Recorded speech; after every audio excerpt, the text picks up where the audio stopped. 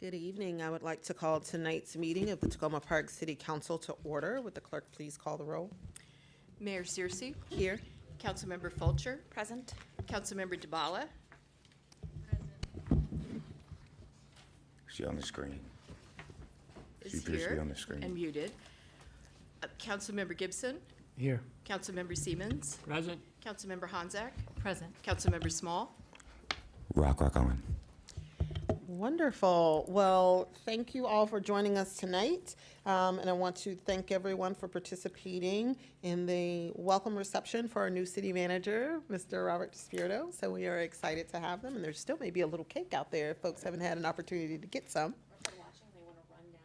Yes. All right. And so tonight we don't have any changes. Well, actually, we will not be doing the minutes this evening. Well, those will be moved to the agenda for next week. So that's the only change to the agenda in terms of any scheduling updates. Just as a reminder for folks this evening, we're going to have one voting item, and it's a resolution authorizing the donation of a video camera trailer to the city of Tacoma Park from the Tacoma and Langley Crossroads Development Authority, followed by a work session review of proposed facilities regulations. On Wednesday, February the 7th, we will have our legislative update, and then we will also have two work sessions. The first is Sustainable Maryland Committee recommendations. The second is Sustainability Manager Program update. We are tentatively, very tentatively, have a work session on funding options for the Recreation Center redevelopment. Just as a reminder for folks, on February the 14th is Valentine's Day, and we will celebrate love by meeting on behalf of the city. So we will have a meeting for on the 14th, and the legislative updates, followed by a work session. The first is a quarterly financial report for the second quarter, and the FY 2024 budget amendment number 3, as well as a library update. And lastly, on February the 19th, Monday is President's Day. All city offices and facilities are closed Sunday and Monday for the President's Day holiday. So with that, I'm just going to check to see if Anne is on the line so that we can begin our legislative update. She is not on, which is odd. Okay. I'll text her. Okay, perfect. No worries. And so we will proceed with our agenda, and we'll take a break from the process once we have our legislative analysts on the line. So next we're going to move into public comments on voting items. Just as a reminder, the voting item this evening is a resolution authorizing the donation of a video camera trailer to the city of Tacoma Park from the Tacoma Langley Crossroads Development Authority. Do we have any public comments on the voting item for this evening?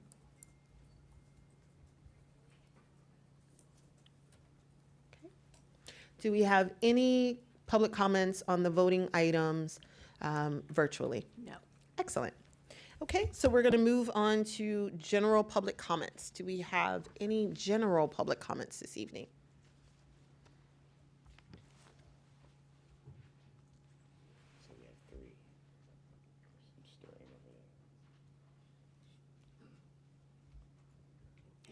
Don't be scared. It's okay. There you go. Good evening. Hi, this evening I would like to address my remarks chiefly to the new city manager. My name is Jessica Landman, and I live in Ward 1. I'm speaking tonight on behalf of Community Vision for Tacoma, or CVT. CVT is a civic association and an informal network of about 1,000 Tacoma Park residents and nearby neighbors who are actively in touch with each other and work to stay informed and involved in the city's affairs. We support the use of public land for the public's good, and we work together on community economic well-being and on combating structural racism and gentrification, and on affordable housing, on city budgeting that addresses these priorities, and on trying to improve the transparency and accountability of our city government. And we also support increased public participation in local government. It's common to see members of Community Vision for Tacoma at Wednesday City Council meetings as you might have heard already from city council members, or I should say maybe you've been warned already by city council members. Many CVT members are currently working or retired federal, state, or local government employees themselves, or work for nonprofits or unions. And they have a lot of different types of expertise in fields that could be relevant for work of the local government of Tacoma Park. They may have expertise in labor law or environmental law, stormwater management, public health, native plant management, journalism and communication, the list goes on. Many of them are eager to be of service and have worked with the city in many capacities, city committees and so forth in the past, and we look forward to working with you in future. We like to work hand in hand with the city departments on the challenges and opportunities that we see. Sometimes at the request of the city, and sometimes we volunteer our opinions, whether you ask for them or not, you may be getting them. I hope you'll find us helpful. Lately, we've been actively involved in concerns about the minor master plan amendments, especially as they relate to the Maple Avenue corridor and its potential to have negative effect on Tacoma Park's unique into the county, highly dense and highly affordable pocket of rental property along that street. But at the same time, we see a clear opportunity for finding consensus on the hospital site, and we look forward to working with you on that. So that brings me to my desire to offer you a little personal gift in keeping with Tacoma Park's reputation. Here is a pot holder, handmade, of course, all natural fibers. This is to help you handle all the hot potatoes that you're going to be handling while you're working with us.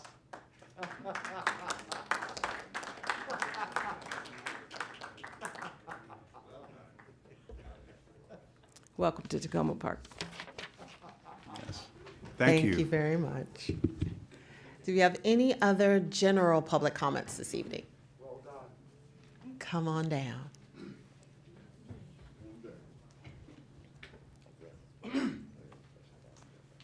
Hello, everyone. My name is Timothy Cooper, CEO of Maple Community Association, and I'm a Tacoma Park veteran. I've been here for 47 years, and I love every bit of Tacoma Park. City Council member, welcome. What we're trying to do this year is have a Juneteenth event, and we're trying to see if Tacoma Park City will partner with us to have this event. I've been through about 4 of them so far, 2 of them in Houston, Texas, and 2 of them in Germantown, so we're kind of behind the gun on this one. Germantown had a wonderful event, but I think Tacoma Park can do it way better than anyone. So one of the issues that we've had was the fields. So it's one of, if y'all can at least talk about the fields, about us having moon bouncers on the field. The kids got to have somewhere to have fun. I mean, we can have them for the adults also. I mean, I don't mind jumping in the moon bouncers, but it's really for the kids, you know? I mean, if I were having moon bouncers, how much fun would the kids have? So we're just asking if you all can help us somehow lift that band or whatever it is and help us get the moon bouncers on the Lee Jordan field. Is the field that we're trying to get. It's the Lee Jordan field. Because the view of it, people can see it. Piney Branch field is too congested with trees and stuff, so we want the whole city to come. So we want everyone to see it, and that'll be the best location for it. So I hope you all can help us make this happen for us. Thank you. Thank you very much. Do we have any other general public comments this evening?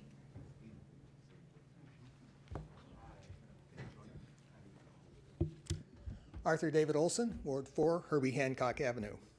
First of all, thanks to the mayor for changing last week's retreat from closed to open. Going forward, I hope that all such meetings will be open, that they'll be held in the city to make it easy for residents to attend, that they'll be recorded with the recordings publicly available to make it easy for residents not to attend, and that public comments will be on the agenda. I note that last week's retreat would have required a maximum of 3 minutes for public comments total. That seems to me a small price to pay for democracy. Last week, the council abolished the Nuclear Free Committee with staff to handle the work in the future. To quote President Biden's father, "Show me your budget and I'll show you your values." I hope the city's upcoming budget will include a nuclear-free office with a place in the organization chart, a line item for expenses, and pay and benefits for a fraction of a full-time equivalent. I hope that morale will be boosted by someone getting to add nuclear-free officer to their resume. And last week, I hoped the council would produce a list of potential budget cuts, so it behooves me to begin some suggestions. The city can enter the 21st century by changing city TV to city streaming. The good news is most of the work has been done. City video is on YouTube, Facebook, and the city's website. What remains is to pull the plug on the cable channel. Doing so will eliminate the expense for cable casting equipment's maintenance, and cable casting electricity. It will also reduce staff work and make filling future vacancies easier, since cable casting skills won't be needed. At a time when internet access is subsidized, but cable TV access is not, de-emphasizing cable TV helps the city's equity efforts.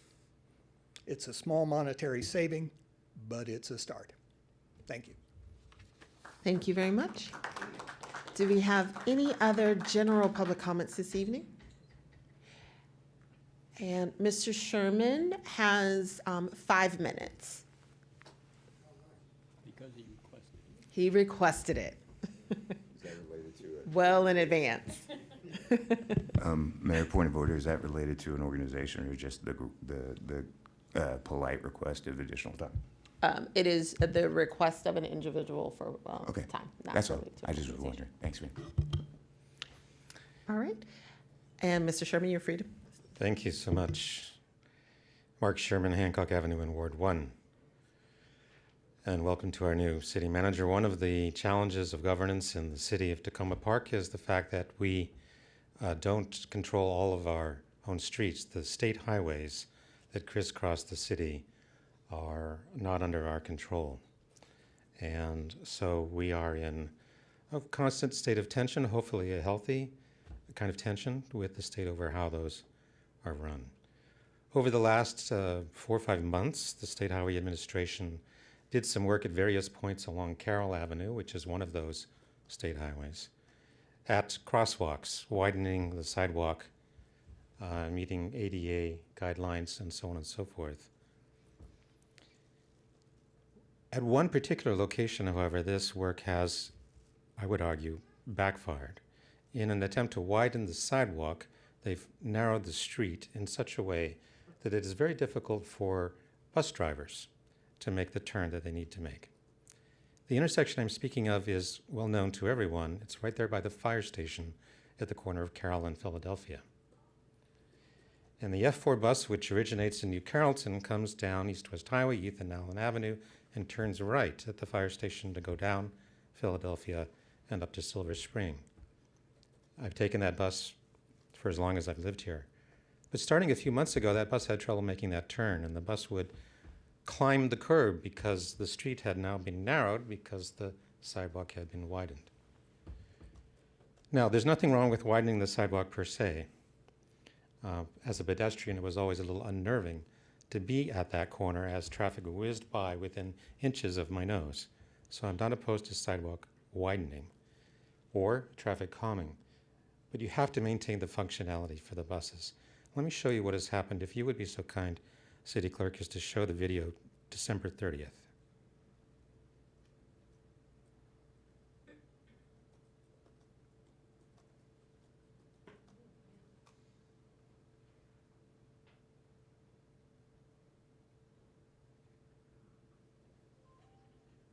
Is that? I'm showing it on my screen.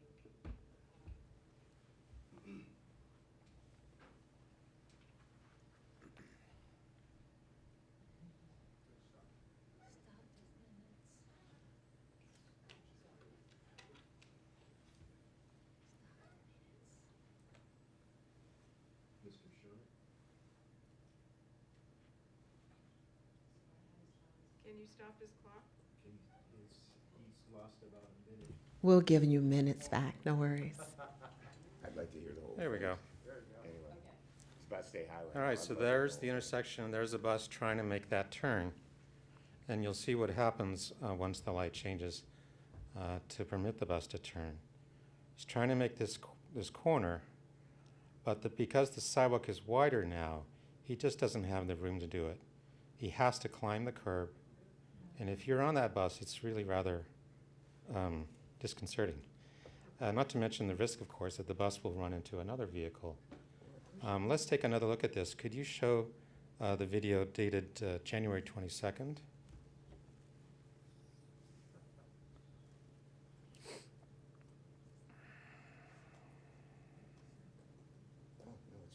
It's my entire ward. I don't know what, and it's not like new.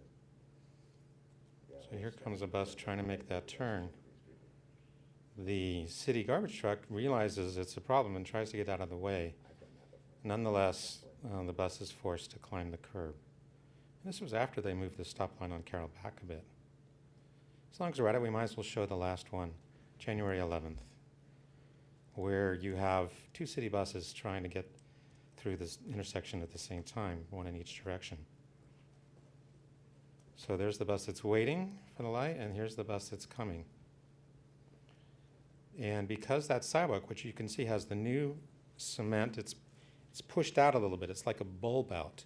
It goes beyond the normal limit of that intersection.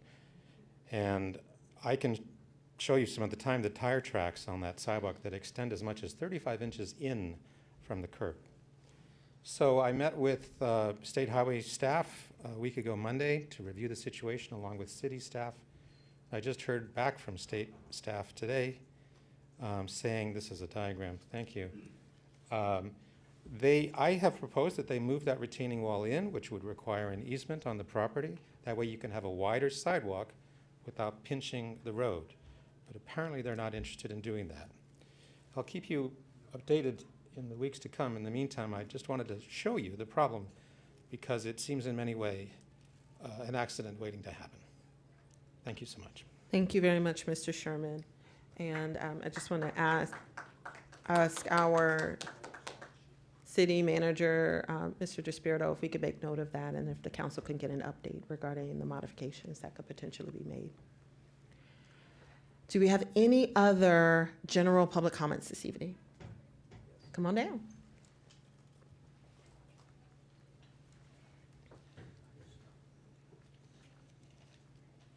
Good evening, City Council members. It was a pleasure meeting you all this evening.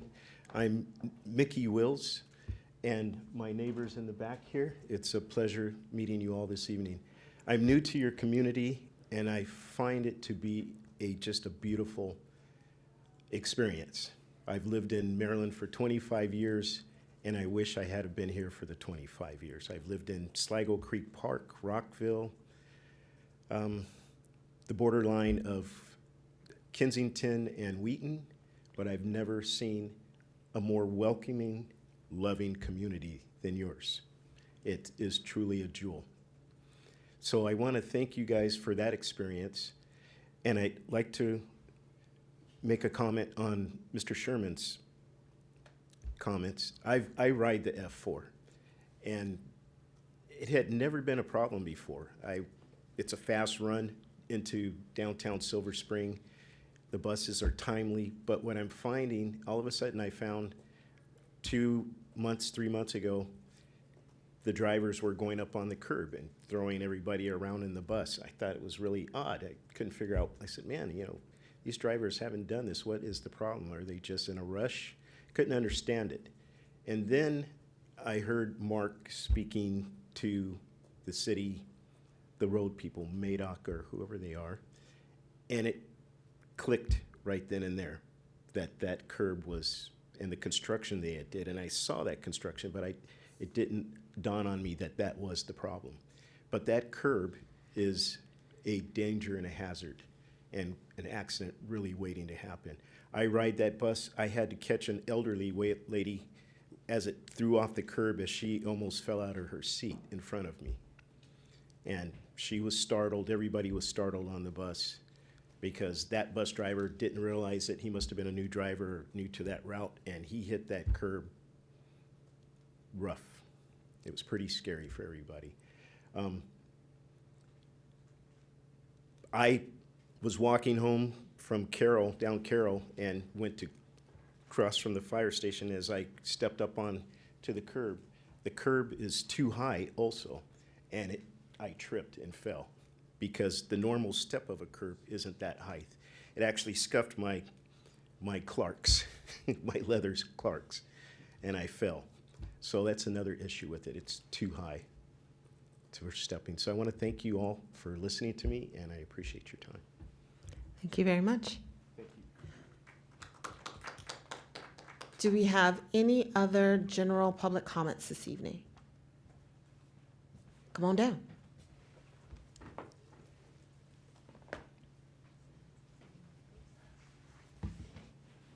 Do I wait for time? Yeah.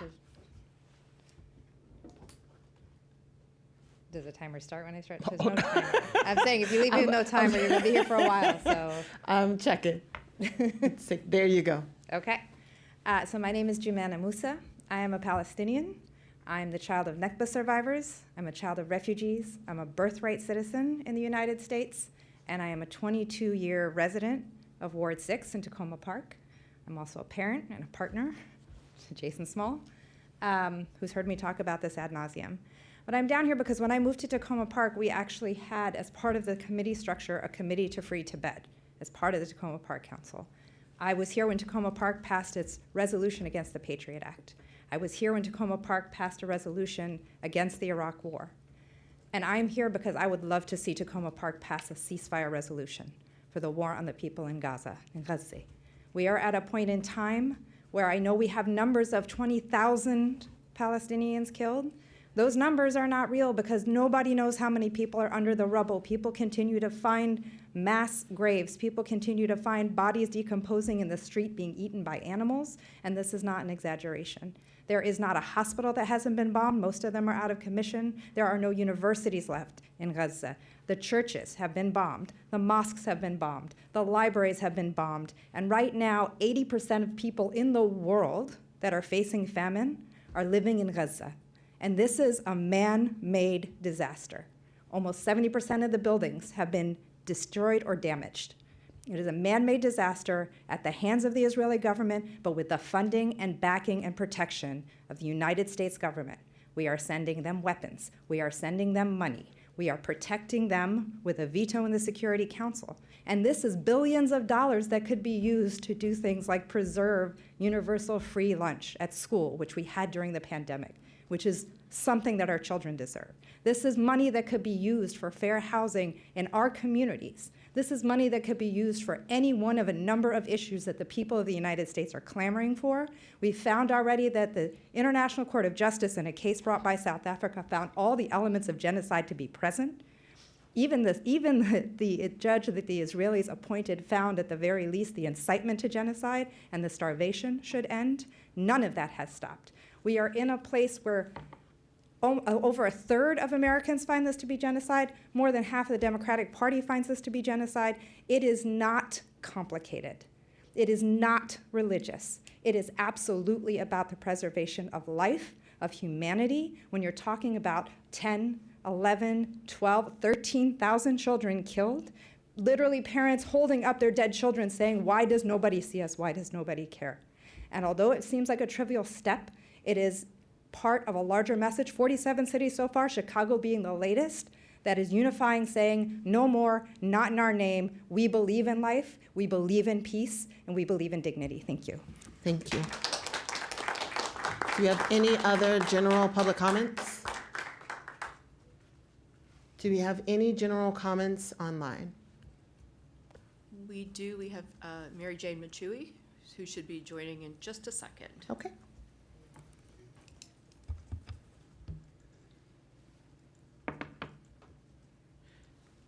And then after Ms. Machui, we'll move to our legislative update.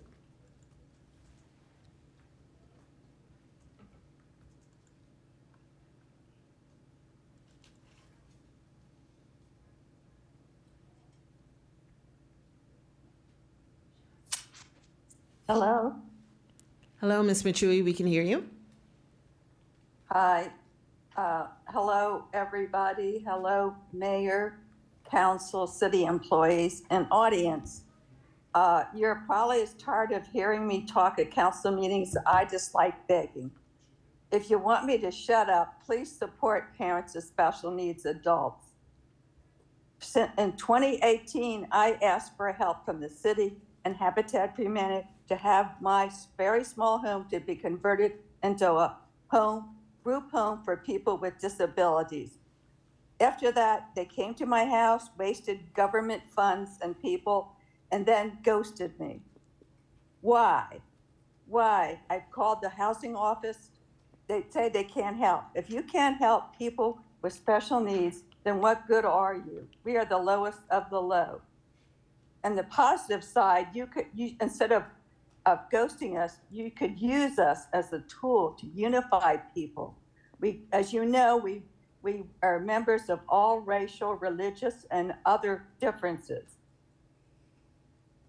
My son, for instance, is the son of a disabled Kenyan immigrant. We are low income. It's not just you renters that are in danger of losing your houses, by the way. We are too. Please listen to us and please try and stop ghosting us. Thanks. Bye. Thank you, Ms. Machui.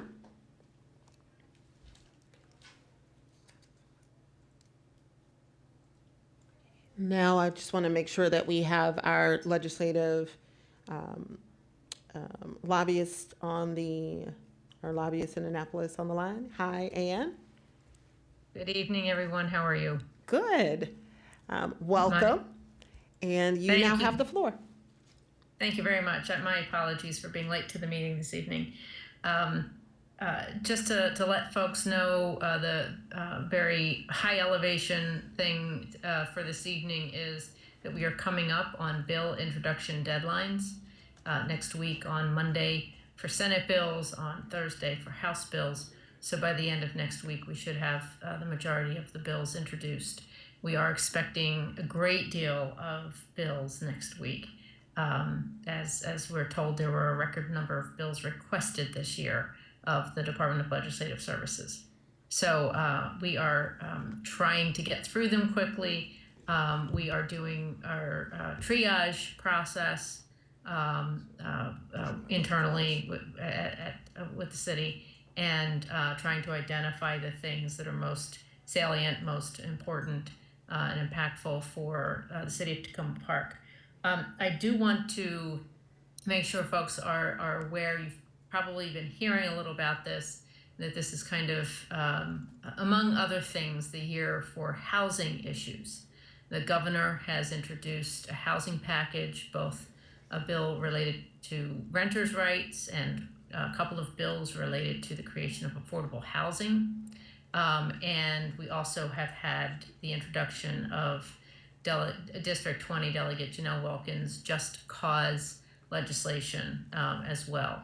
So, and we have seen quite a number of bills that have been introduced related to those two topics, both renters and the creation of affordable housing. So we are going to be looking at those and again weighing in on the ones that seem to be the most important for the city of Tacoma Park. There's lots of other things going on, but wanted to highlight that for you all this week.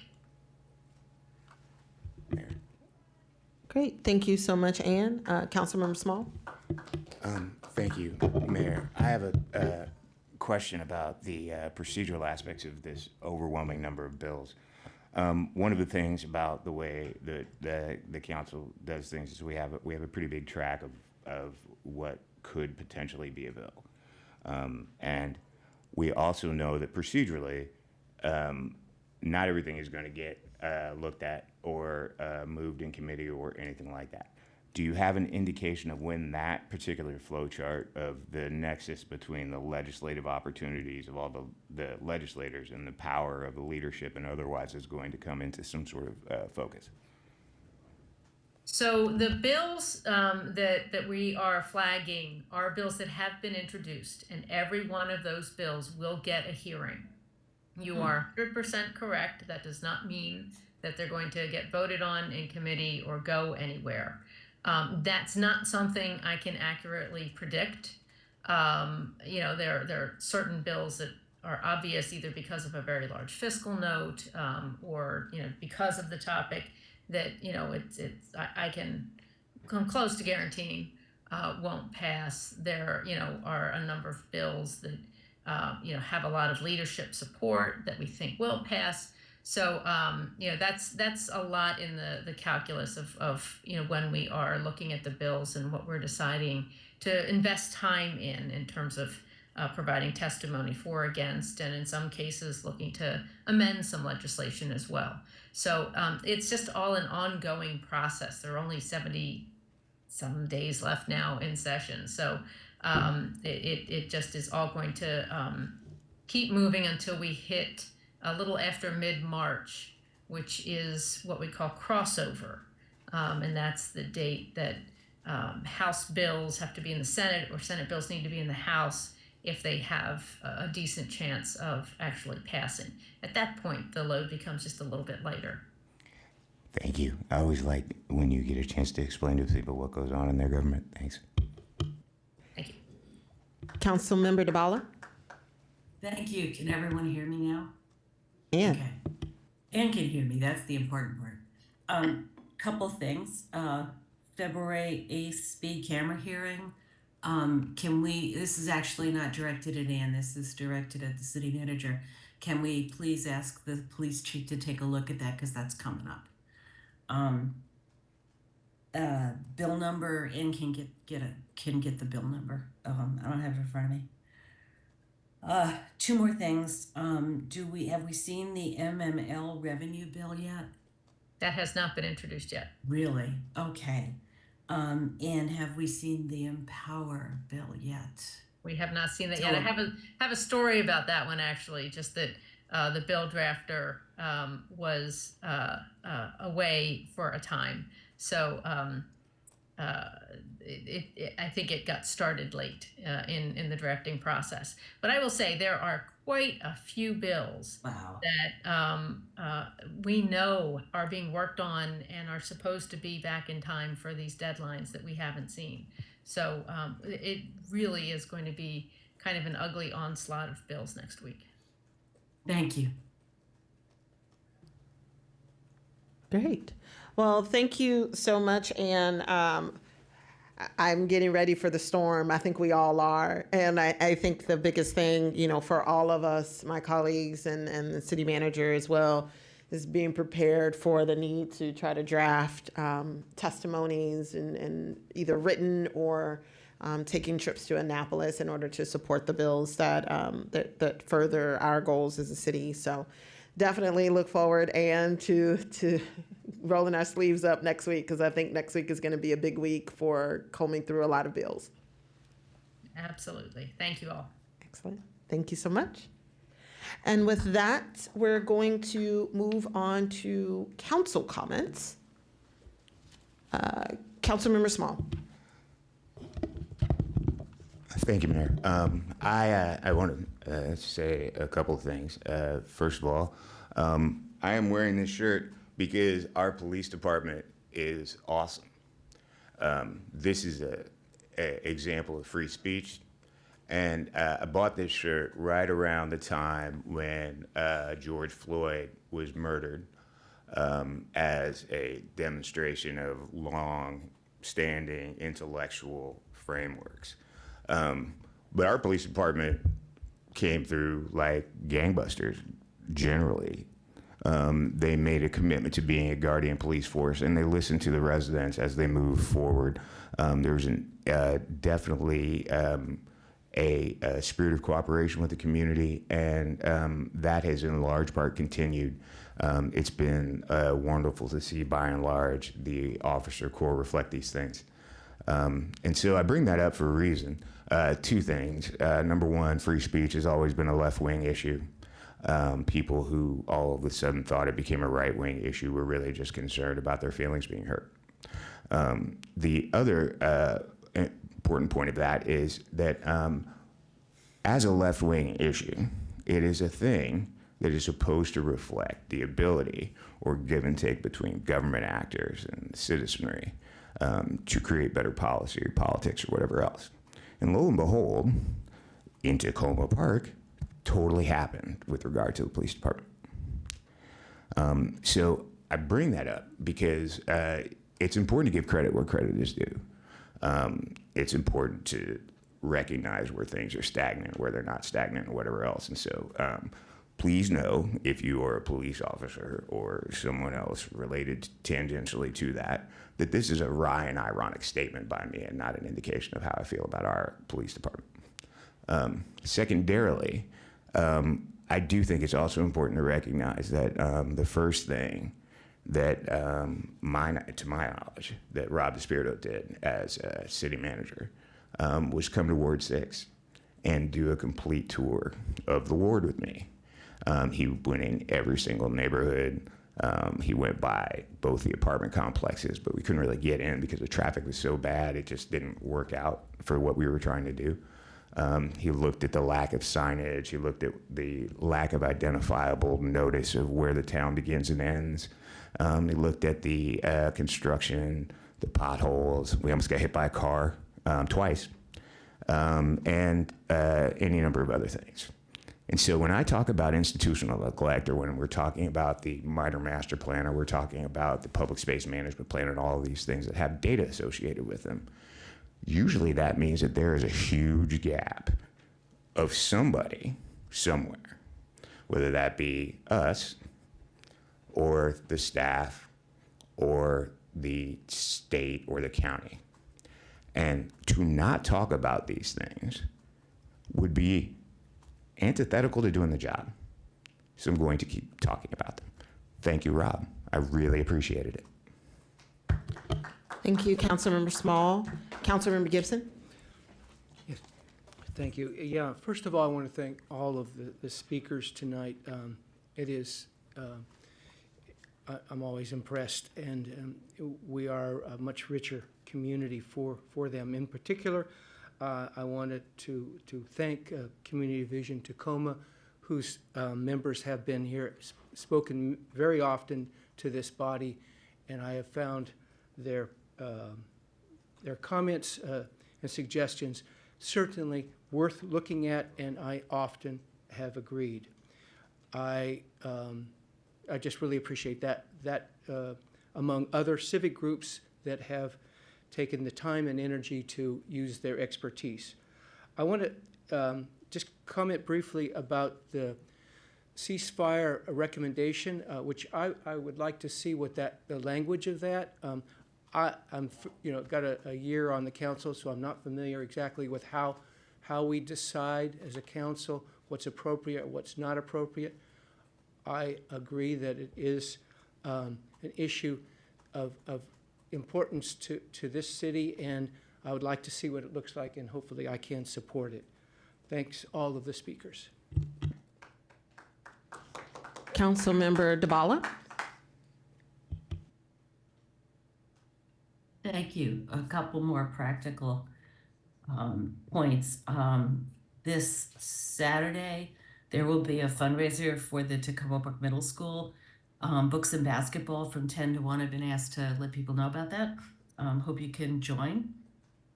The last weekend, the MML board met, and I sent out a note to some people about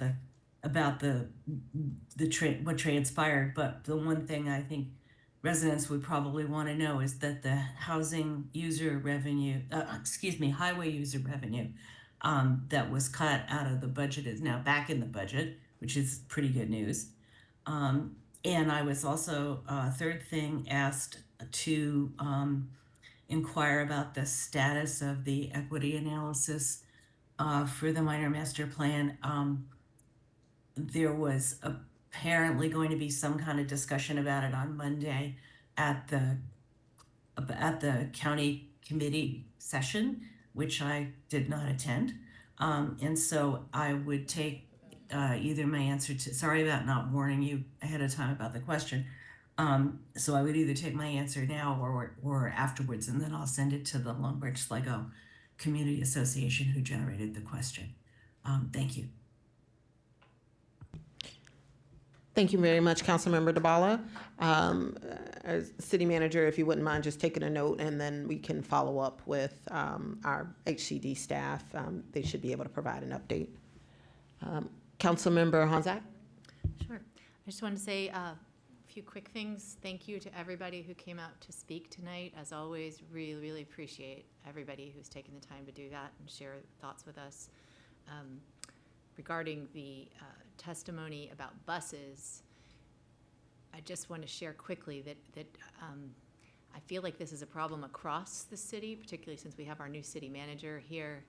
I've spent a lot of time recently down in Cindy's ward, actually, on Flower Avenue, watching the buses turning around some of these very tight turns. And I know this has long been an issue and long recognized.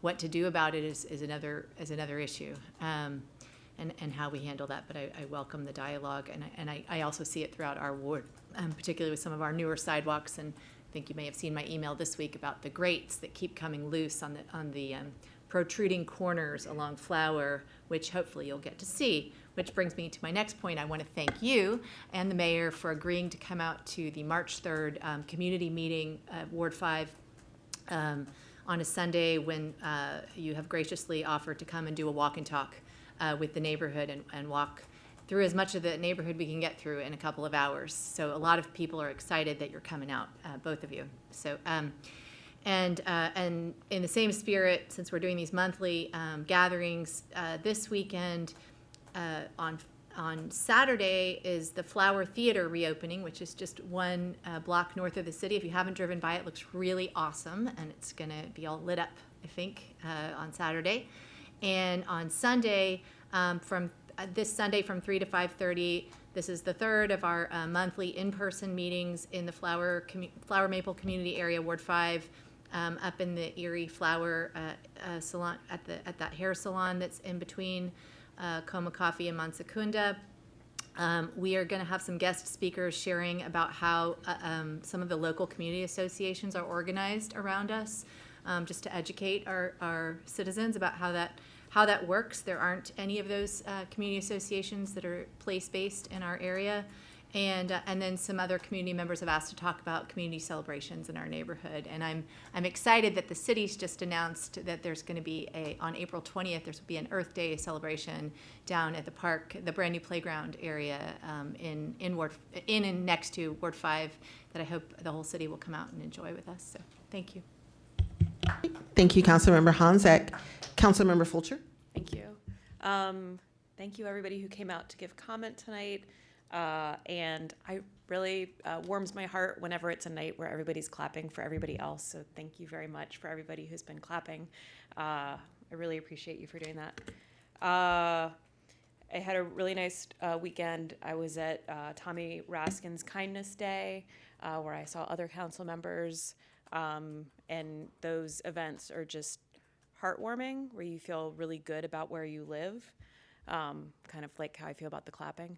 And then at our retreat this weekend, this Friday, I learned that our attorney frequently watches these meetings, which I thought was, and I also know that even when the police don't have an item on our agenda, our chief often watches.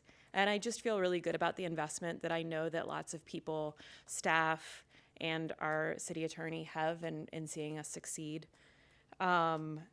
This weekend, I will also be going to the Flower Theater opening, where I hear the first 100 people get a really cool t-shirt that has that Art Deco frontage that they have. And so I will race you all there and try to get my t-shirt. And then at Books and Basketball, I have donated a lunch with me. I don't know who's going to buy it. I guess I need to tell my husband about it, because he might be willing to bid on it. Jimmy will buy lunch with you if there's basketball involved. He'll do that. I don't do the sports, so sorry. But yeah, that's all for me. Thank you. Thank you, Councilmember Fulcher. Councilmember Gibson? Can I have 30 seconds? You sure can. I just, because I forgot to say something, and we were talking about the minor master plan, and I just wanted to hold up the work that's being done by our an expert environmental scientist in our city, Paul Krastowski, who's trying to dig into the climate assessment and is working with county planning board staff to be able to get access to that document. And he has begun to do that, although he has found so far a lot of missing information. But I think the willingness to share that information with a third-party expert like Mr. As Paul Krastowski is, shows good faith, and I look forward to his analysis, which I think, well, he's certainly well-known professional in that field, and look forward to getting that. Thanks. All right. Well, thank you, council members. So I have quite a few updates. I guess I'll start it now. Thank you all so much for coming out tonight and participating in the reception, but also the comments that have been made. Definitely actions for the council to follow up on in terms of updates regarding the buses that are jumping the curbs at Carroll and Philadelphia. Definitely want to follow up about Lee Jordan Field and the possibilities for moon bounces and making sure that's something that we can work with the community to address. And so I really appreciate everyone that has come out tonight and definitely have reached out to various groups, because I think there's a few groups that are interested in working collaboratively around some potential language for a ceasefire resolution. So definitely appreciate those residents that have already reached out and the speaker tonight to lead us to coming up with the right solution for something that we can put forward for our resolution. I'm going to kind of start at the beginning, I guess, last week. I want to thank everybody that came out for the public hearing on the MMPA. It feels like it was ages ago. My testimony is available on the web, but I just want to thank everyone that did come out and provided your feedback. I want to thank my colleagues that participated in the retreat. I have my stress ball still. And so it really was a great opportunity. I appreciate our facilitators to not only learn more about things that we, just our position and our role and how we can do things better and how we can engage in doing the work that we do in a more civil way, but also ideas that folks have on ways in which we can make sure that our meetings are running more efficiently and effectively. So I thank everyone for doing that. I want to give another shout out to Councilmember Fulcher and Councilmember Honzak and others that attended the Kindness Day. I came out there on a little later, but I was there and had a chance to interact with some students. I made an awesome bracelet. So definitely want to thank everyone, Small Things Matter, for organizing that event. It was wonderful. I will be at a lot of things this weekend. So I will be reading a book at the Books and Basketball fundraiser. So if you enjoy listening to Llama Llama Red Pajama, it's an awesome one. Are you going to do it as well as Ludacris? I don't think I can, but I'm going to try. So I will be reading Llama Llama Red Pajama, and you can also bid on lunch with me. So I will be a part of the auction. So if you're interested in having lunch with me, please come out and sign up. I will also be at the Flower Theater relighting ceremony in Long Branch. So looking forward to that as well. And so with that, I think that is all of the major things. And I'm going to turn things over to our city manager, Mr. DeSpirito. Here we go. Thank you very much. And I think that's a great idea, breakfast with the mayor, right? One time I was involved in and there was some sort of prizes for city employees, and first prize was breakfast with the city manager, and second prize was 2 breakfasts with the city manager. Not quite sure where they're coming from. Anyway. You should be advised that that is a real tempting offer to these. Yeah, well, you know, I'm Italian. Where food is involved, I'm pretty much there. So thank you, Madam Mayor and Council. I'd like to give you a few, little bit of information from some of the departments and then an employee shout out. From Housing and Community Development, on Monday, February 5th, there will be a work session for the minor master plan, Montgomery County Planning, Housing and Parks Committee. The time is currently to be determined, but will occur at the Montgomery County Council Office Building at 100 Maryland Avenue, 3rd floor in the hearing room, or it can be watched via live stream. A link will be posted in tomorrow's City Manager comments on the website. On Friday, February 9th, the Tacoma Arts Series is hosting a gypsy jazz concert by, I hope I pronounce this correctly, Frangles. This will occur in the Community Center Auditorium at 7:30 p.m. and is free for anyone to attend. A community meeting on January 18th included a presentation and group discussion about ways to make Maple Avenue safer and more comfortable for pedestrians, bike riders, and bus riders as part of the Maple Avenue Connectivity Project.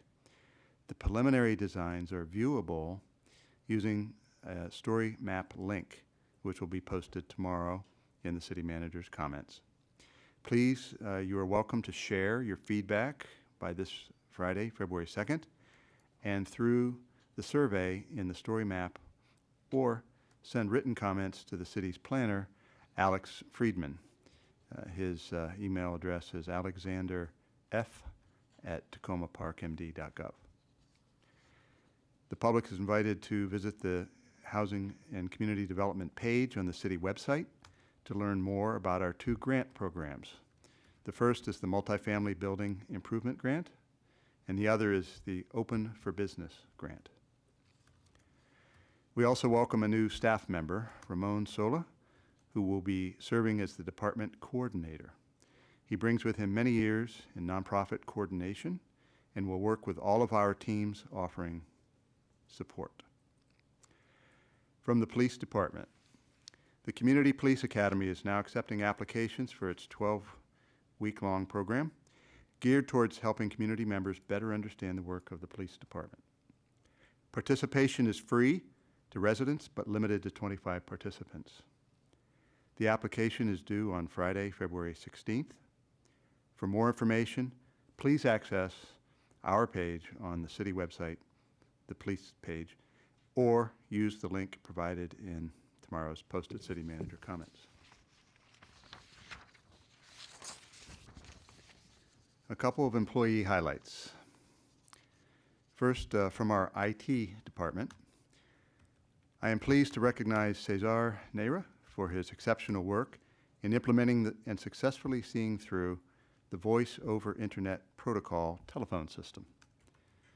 Cesar's dedication, attention to detail, and technical expertise have played a pivotal role in the successful implementation of this project. His efforts have not only met but exceeded our expectations, contributing significantly to the overall efficiency and functionality of our communications infrastructure. Cesar's ability to navigate challenges and ensure a seamless integration has not gone unnoticed. And from our police department, we would like to give a shout out to Police Officer Javier Canales for saving the life of an overdose victim. He responded to a medical emergency this past week where a female patient was unconscious and suffering from a drug overdose. Officer Canales quickly assessed the patient, immediately administered Narcan, and performed a sternum rub. The Narcan was effective and the patient regained consciousness. Fire rescue then arrived and transported her to the hospital where she was treated. Timely administration of Narcan can reverse the deadly effects of an overdose from opioids and has been credited with saving numerous lives as it did in this incident. Officer Canales' quick thinking and training went into action, effectively saving a life. The patient was very grateful for the actions taken by Officer Canales, the Tacoma Park Police, and the Fire Department. There is no better finish to a police officer's day than to have saved a life.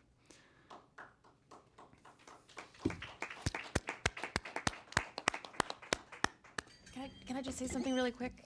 For anybody who doesn't know, Narcan can be given to babies as small as 2 weeks old without adverse effects. And so if you think someone is overdosing, you need to hurry up and get them that medication. They are now saying when it comes to you see somebody's passed out on the floor, that's one of the first two things you're going to do is you're going to go ahead and administer Narcan. And I'm so touched that an officer was able to save a life, and so happy that that was available to that officer. Yeah, thank you. I appreciate those comments, and I also appreciated the reference to our city attorney and our city police chief regularly tuning into these meetings.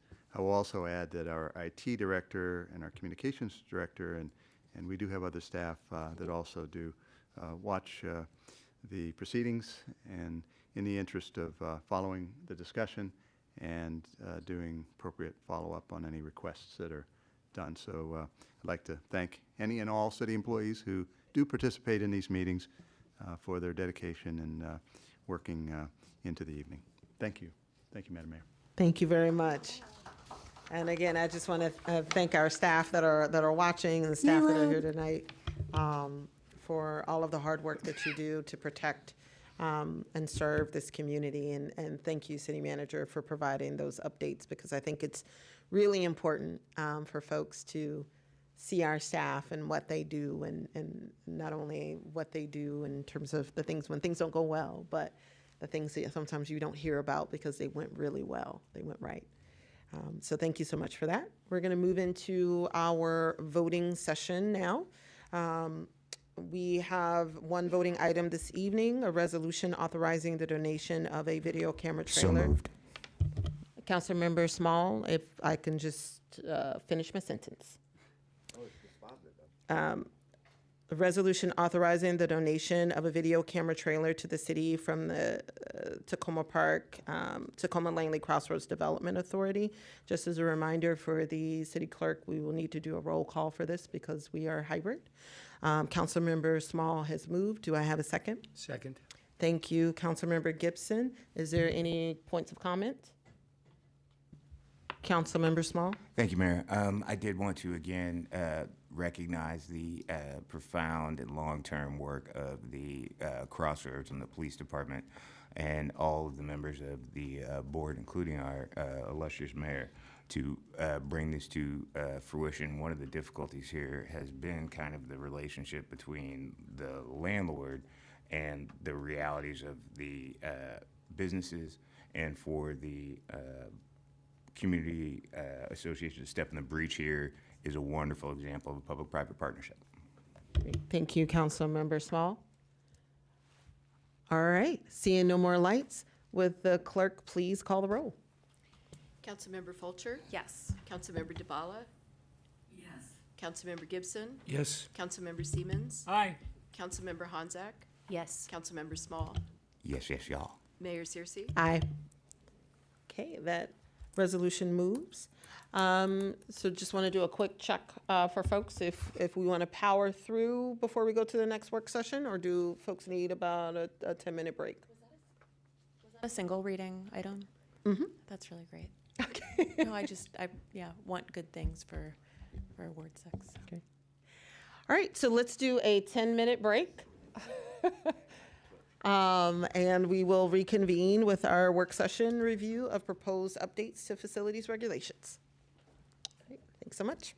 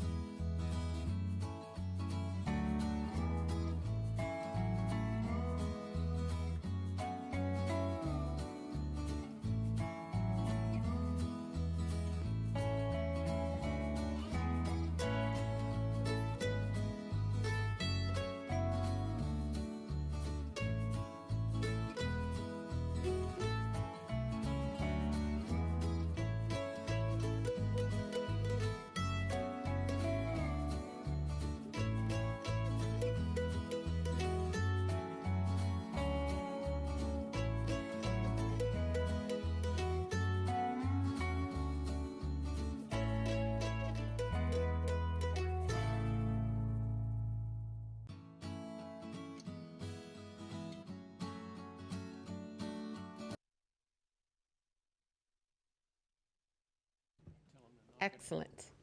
So now we're going to get into our last session for this evening, the review of proposed updates to facilities regulations. This meeting topic will have a 15-minute presentation, followed by a 15-minute Q&A from council. So with that, I'm going to turn things over to our city manager, Mr. DeSpirito, to introduce the topic and staff that will be presenting to us today. Okay. Thank you, Madam Mayor. And I believe everybody knows Mr. Gregg. Thank you for the presentation that we're about to receive. I think this frankly can best be conveyed to the public by having staff just launch directly into what they want all of us to know, and ultimately where we're going to need some direction. Excellent. With Take it that, away, Greg. You have the floor, sir. All right, that's better. That's better. Good evening, Mayor and members of council. Greg Clark, the Director of Recreation for the city. And I am here to receive input on Administrative Regulation number 200-1, which is for the use of certain public facilities. Just to give a little history into this, the Administrative Regulations for Public Facilities was originally put together in 2011. So it has not received an update since 2011, so this will be right on time. The city staff had reviewed and had input into this document. We've researched several several city around the DC metropolitan area, to include the city of Rockville, Gaithersburg, the Maryland National Capital Park and Planning Commission, Montgomery Parks. We also researched a few outside agencies that were in similar size to get the best practices for facility use, to take a look at what we have to offer.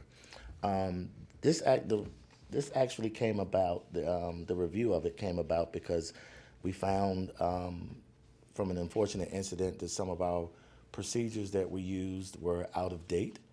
And they were out of date because some of the things that took place in them took place prior to me being here, so I actually inherited some of those procedures and processes. And there were very good reasons for actually following those processes and procedures.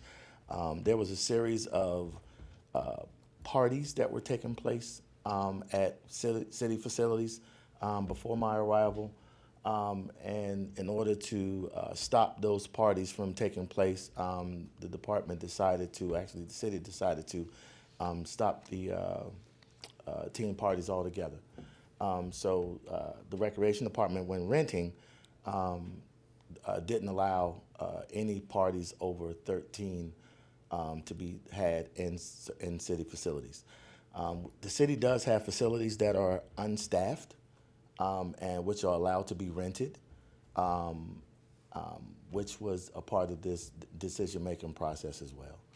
So in the document that we sent around, staff made edits to the document, and those edits are highlighted in green in the document. There are some areas where we are looking to receive some input from the council, and those areas are highlighted in blue in the document. And there are some things that we recommend eliminating because we think are no longer useful that's in the document, and those items are highlighted red. All right. Once we make the corrections, receive input from the council and make the corrections, we plan to run the document for legal sufficiency through the city attorney. Once the city attorney has does what he needs to do, And we'll have, of course, follow the administrative regulation amendment procedures, which is we'll have to publicly post the document, get public input on it, and we look to have this effective somewhere around July 1st.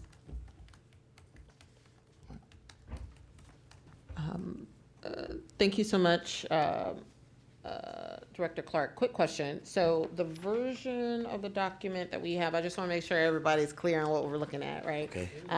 So the black is the original language, green is newly added language. Yes. Red is the language that is being eliminated. Yes. Correct? Yes. And the blue language is the language that you want to draw our attention to for feedback. Yes. Am I summarizing that right? Yes, ma'am. Okay, perfect. Okay. So there's a couple of items that I would just want to kind of touch a little bit on, just so I can make sure that I'm kind of understanding what's being proposed.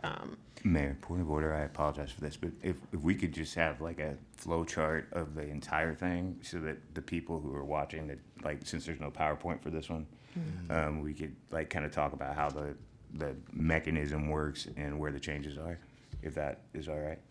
I believe, let me just triple check with the city clerk. I believe the version with the color codes that we are receiving, that's posted on the website, correct? Yes. Yep. So they have the same version that we do.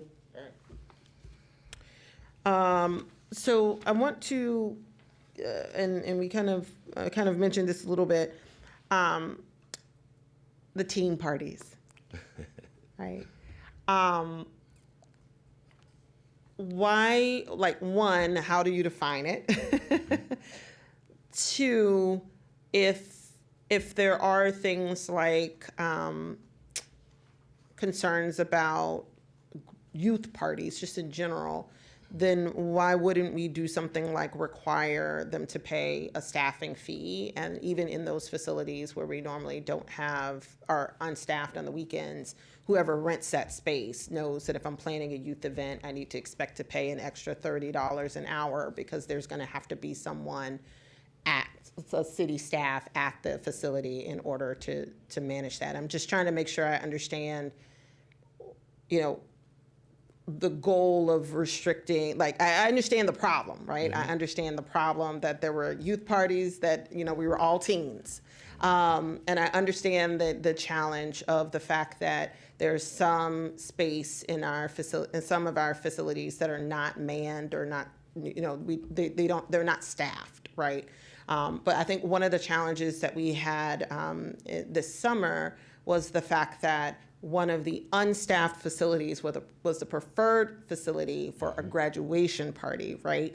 And so if, in my mind, if we're charging a staffing fee, then why would we then, are we still applying a limit? How are we defining teen? Like, I'm really, can you just kind of walk me through your thoughts around this particular type of events, like birthday parties, graduation parties, teen events? Okay.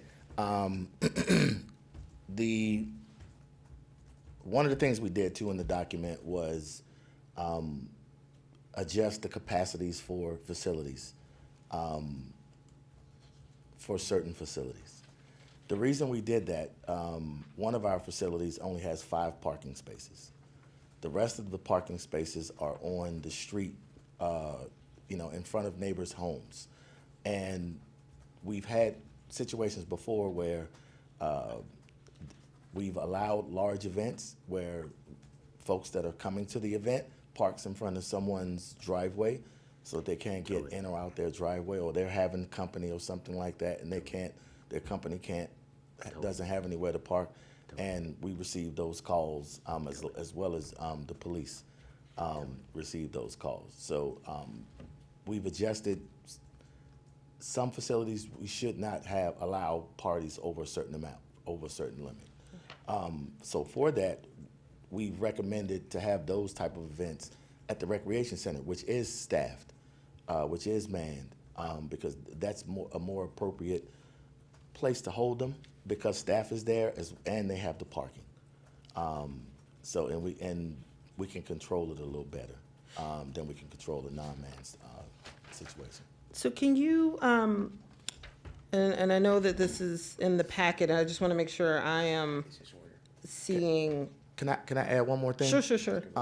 And adding staff to a facility or to events that are in non-staff buildings would increase the recreation's part-time staff budget.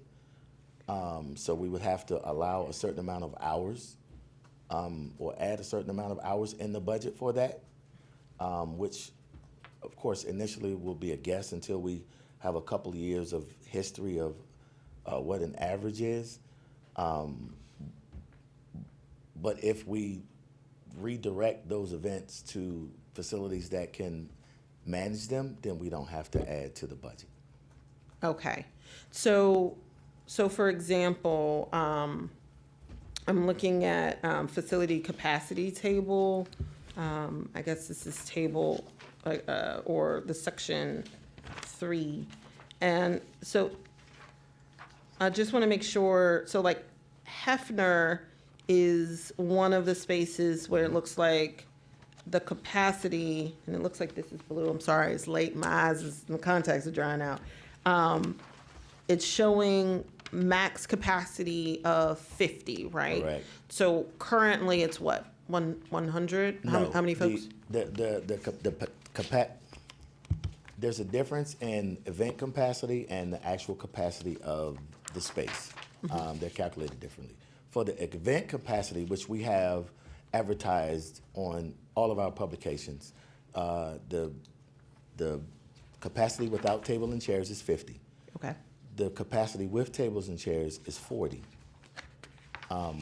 But my recommendation, as you see on the last page or towards the end, would be if they're having a party, they're a large party, then we would, anything over 20 people would be considered a large party for that particular space.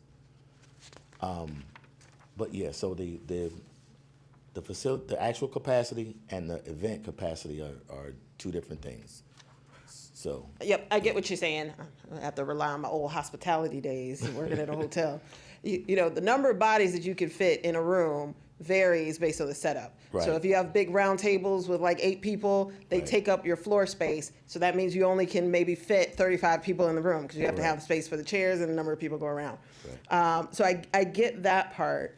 And so for that 20 large, was that based on a specific type of use? So let's say anything above where you have all of your tables and your chairs, you can only fit 20 people with all of that set up, then does that then mean, okay, that's anything beyond that means people are just going to be standing around and you could just fill more bodies into the room? Like, how did you come up with the max? We did the capacity, the large event capacity based on how many people were going to be there. So for instance, so if there was a party, if they were having an adult party, a teen party, whatever it was, if there's 20 or more, anywhere between 20 and 50, then that would be considered a large party. So your deposit would be greater, and you would have to have insurance. Okay, but going back to the teens, you would still have to. I'm playing out Hefner, right? I'm just gonna play it out. You would still have to, if you, let's say I have a graduation party, there's going to be. I'd like to have sun in my graduation party. Yep. I'm having a graduation party. It's a high school graduation party, so we know there's going to be teens there. I am anticipating that there's going to be, making this up, 40 people, right? So in this case, I want to do it on a Saturday. In this case, you would say because of the nature of the event, meaning a graduation party, and I don't know if we're going to ask people to identify how many teenagers are going to be there.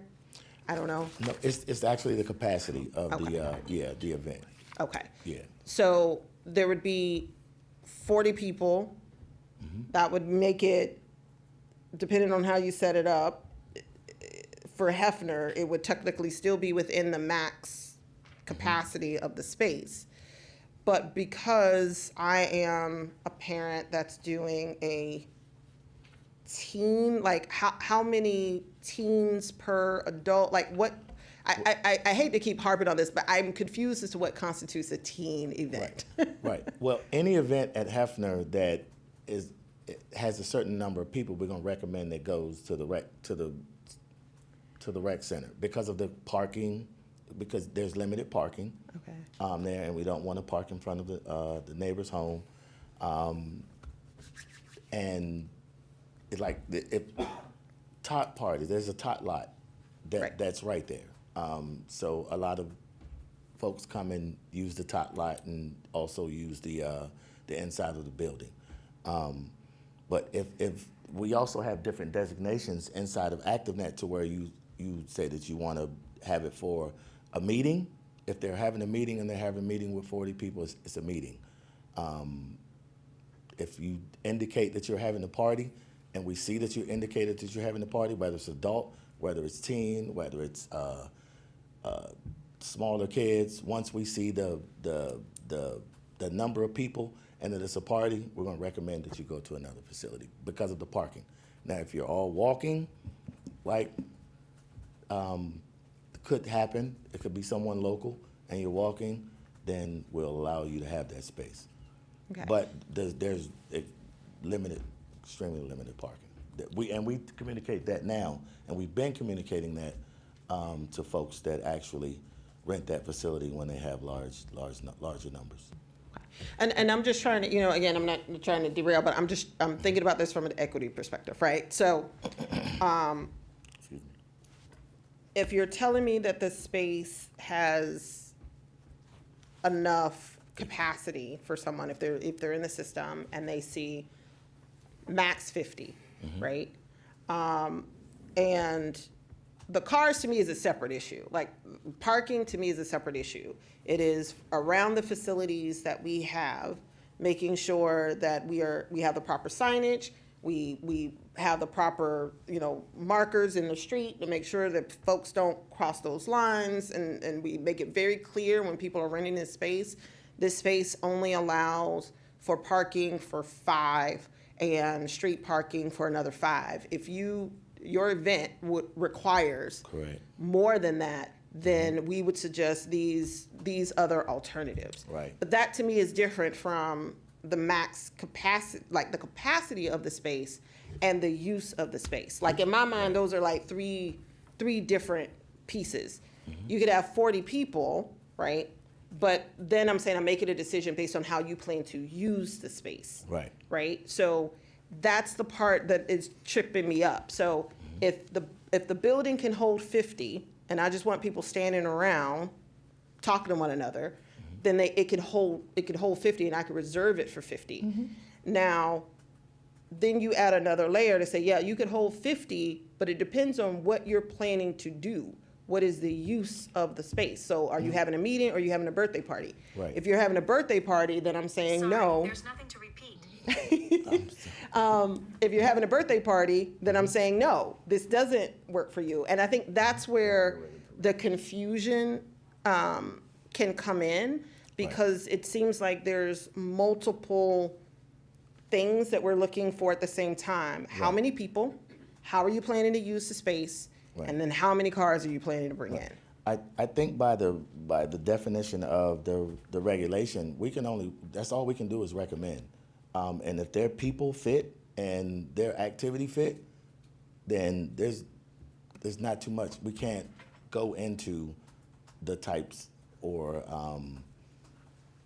whether or not your event is appropriate or not. We're just asking whether it's a party. If it's a party, we can recommend here because of these circumstances. But if that's where you want to have it, according to the regulation, you can have it. You just have to pay insurance and a higher deposit. Okay. So that's what the regulation says. You can still have it, but it's just going to cost more, and you're going to have insurance. And so that would be true too for anything. Teen. So because it makes a distinction between larger groups and teen groups. Right. And so I'm just trying to make sure I understand that, are we asking for parents who are having perhaps, I'm not talking about the parties, right? I get teens will reserve a spot on their own take their grandma's stuff and just put stuff in and have a blast. I'm not talking about, maybe it was just me as a teen, but I'm talking about like those parents who want to have like chaperoned events for their teens. Are we saying that they can't do it without paying like extra? If you meet, yeah, anyone who goes over the capacity should have to pay the additional security deposit as well as have insurance. Okay, so it's just flat out if it's a capacity, Yes. not if it's a No. teen event. No, we're just going to recommend if any large parties, whatever it is, if it's a large meeting and they have 47 people, we're going to recommend another facility. But if you want to have your event there, then these things, the parking, are required. So, according to the regulation. Okay. So that's all we can do. We can't discriminate against what they can have and what they can't have. Sorry, just one point of clarification that I think might help. Greg, do you mind talking a little bit about if there is a youth party, what our requirements are for adult supervision at those parties? Yes, if there's a youth party, we require a 2-to-10 ratio of adults to kids as part of that party. So you can still have your party, you just have to have a 2-to-10 ratio of adults along with paying the security deposit and have insurance. But we're not going to require there to be, because again, it's late and I'm not trying to get everybody confused, but for those spaces that are not normally staffed by staff, how would you ever know unless people complain that that rule is not being followed? So I guess my question is, then why not just have them pay the extra $30 an hour for someone to be there? And then that way you don't necessarily have to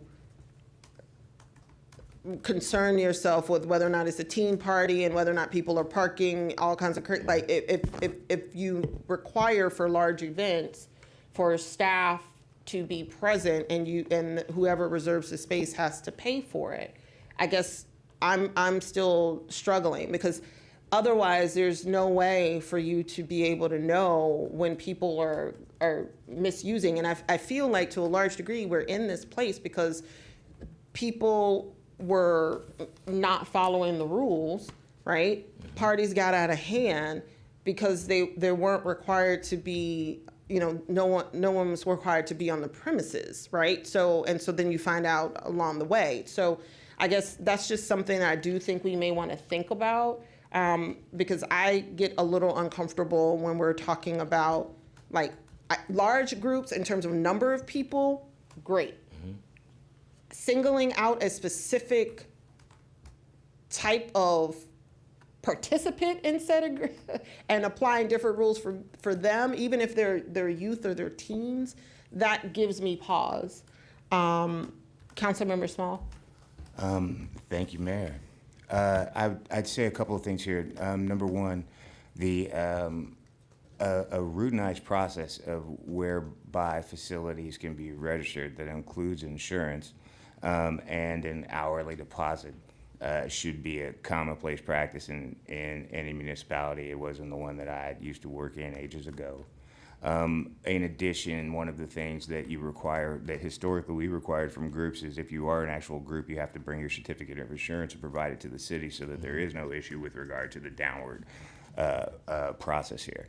I think the third thing with regard to that would be that we do have, if we're going to continue to have facilities that do not have people in them, and we have a police department that is a very high-tech and digitally savvy thing, I would think we would put some cameras in those buildings and we would make notice of the fact that we have cameras in those buildings if we're not going to put people in those buildings. I think additionally, the fact that we should budget for 52 weeks of overtime from either the rec staff or the public works staff as a part of the process would seem entirely reasonable for at least 1 hour. That way, we would have a soft cushion not unlike any other municipalities that I've ever had experience with in moving forward in that. So I'd suggest that as an option or something that maybe the rec staff could suggest. I think finally on this, the quiet part loud here, and however you want to dance around it, is this. If you force the teens and anyone who wants to have a party to the rec center, then you're forcing more than likely the black kids back over to the place where you generally see the black kids.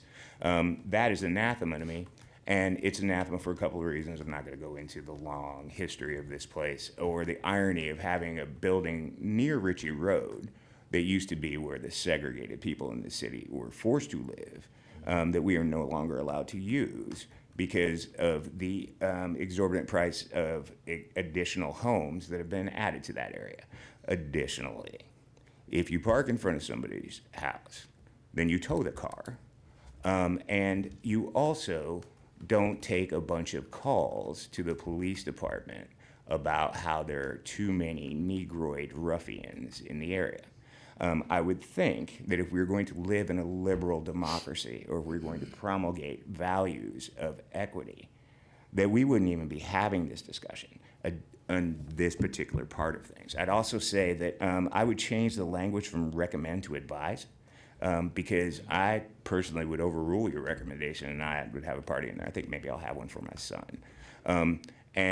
Finally, I don't understand why, when we talk about these things, we don't talk about the fact that it's obvious why these things are the way they are. And that it's not necessarily an indictment on anybody, but it is an indictment if we can't talk about why they are the way they are. And so, Greg, I appreciate the fact that you were forced to be up here and to talk about how you were trying to legitimize a policy that was racist in its inception and practice. But, and I know that was probably difficult for you. But I would charge everyone here to act with their better angels and to routinize regular processes that everyone, regardless of race or orientation or group affiliation or size, could use, because that's what democracy would dictate. Thank you, Councilmember Small. Councilmember Stevens? Yes, I thank you. And this whole thing, with Hefner Park is difficult. It's in my ward and just down the street from where I live. And I know that we've had some recent problems with people wanting to use the facility and expecting to be able to and then not allowed to. And so I'm glad that we're reviewing the regulation so that we can comment on it and have a chance to maybe make sure that we have a clear approach to doing this in a fair and equitable manner. I struggle to comprehend all this. I'm not sure when you posted this out there. I didn't see it out there until today, so I haven't prepared well for this meeting.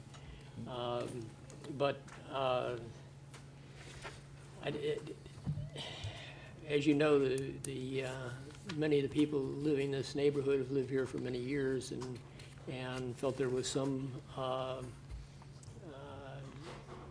right to being able to use that facility, and we've been kind of changing that recently. That people want to have, a lot of them that are doing a repass want to have that. They want to have their friends and relatives come, and yes, there's limited parking there, but at the same time, we've had repasses and other events there through the years, and people have made it work. They've had to walk down the street from Ritchie Avenue or Geneva Avenue or up the hill from Maple Avenue to get there because there's limited parking. And I'm not sure that that the fact that some people park illegally should make us take it away from everybody. And then, the recommend language, I'm not sure what that means. Is that, we're not making a rule, but we're saying that we just want to make it difficult for you or suggest that you go somewhere else. Like I say, I'm going to have to go through this much more closely than I was able to today.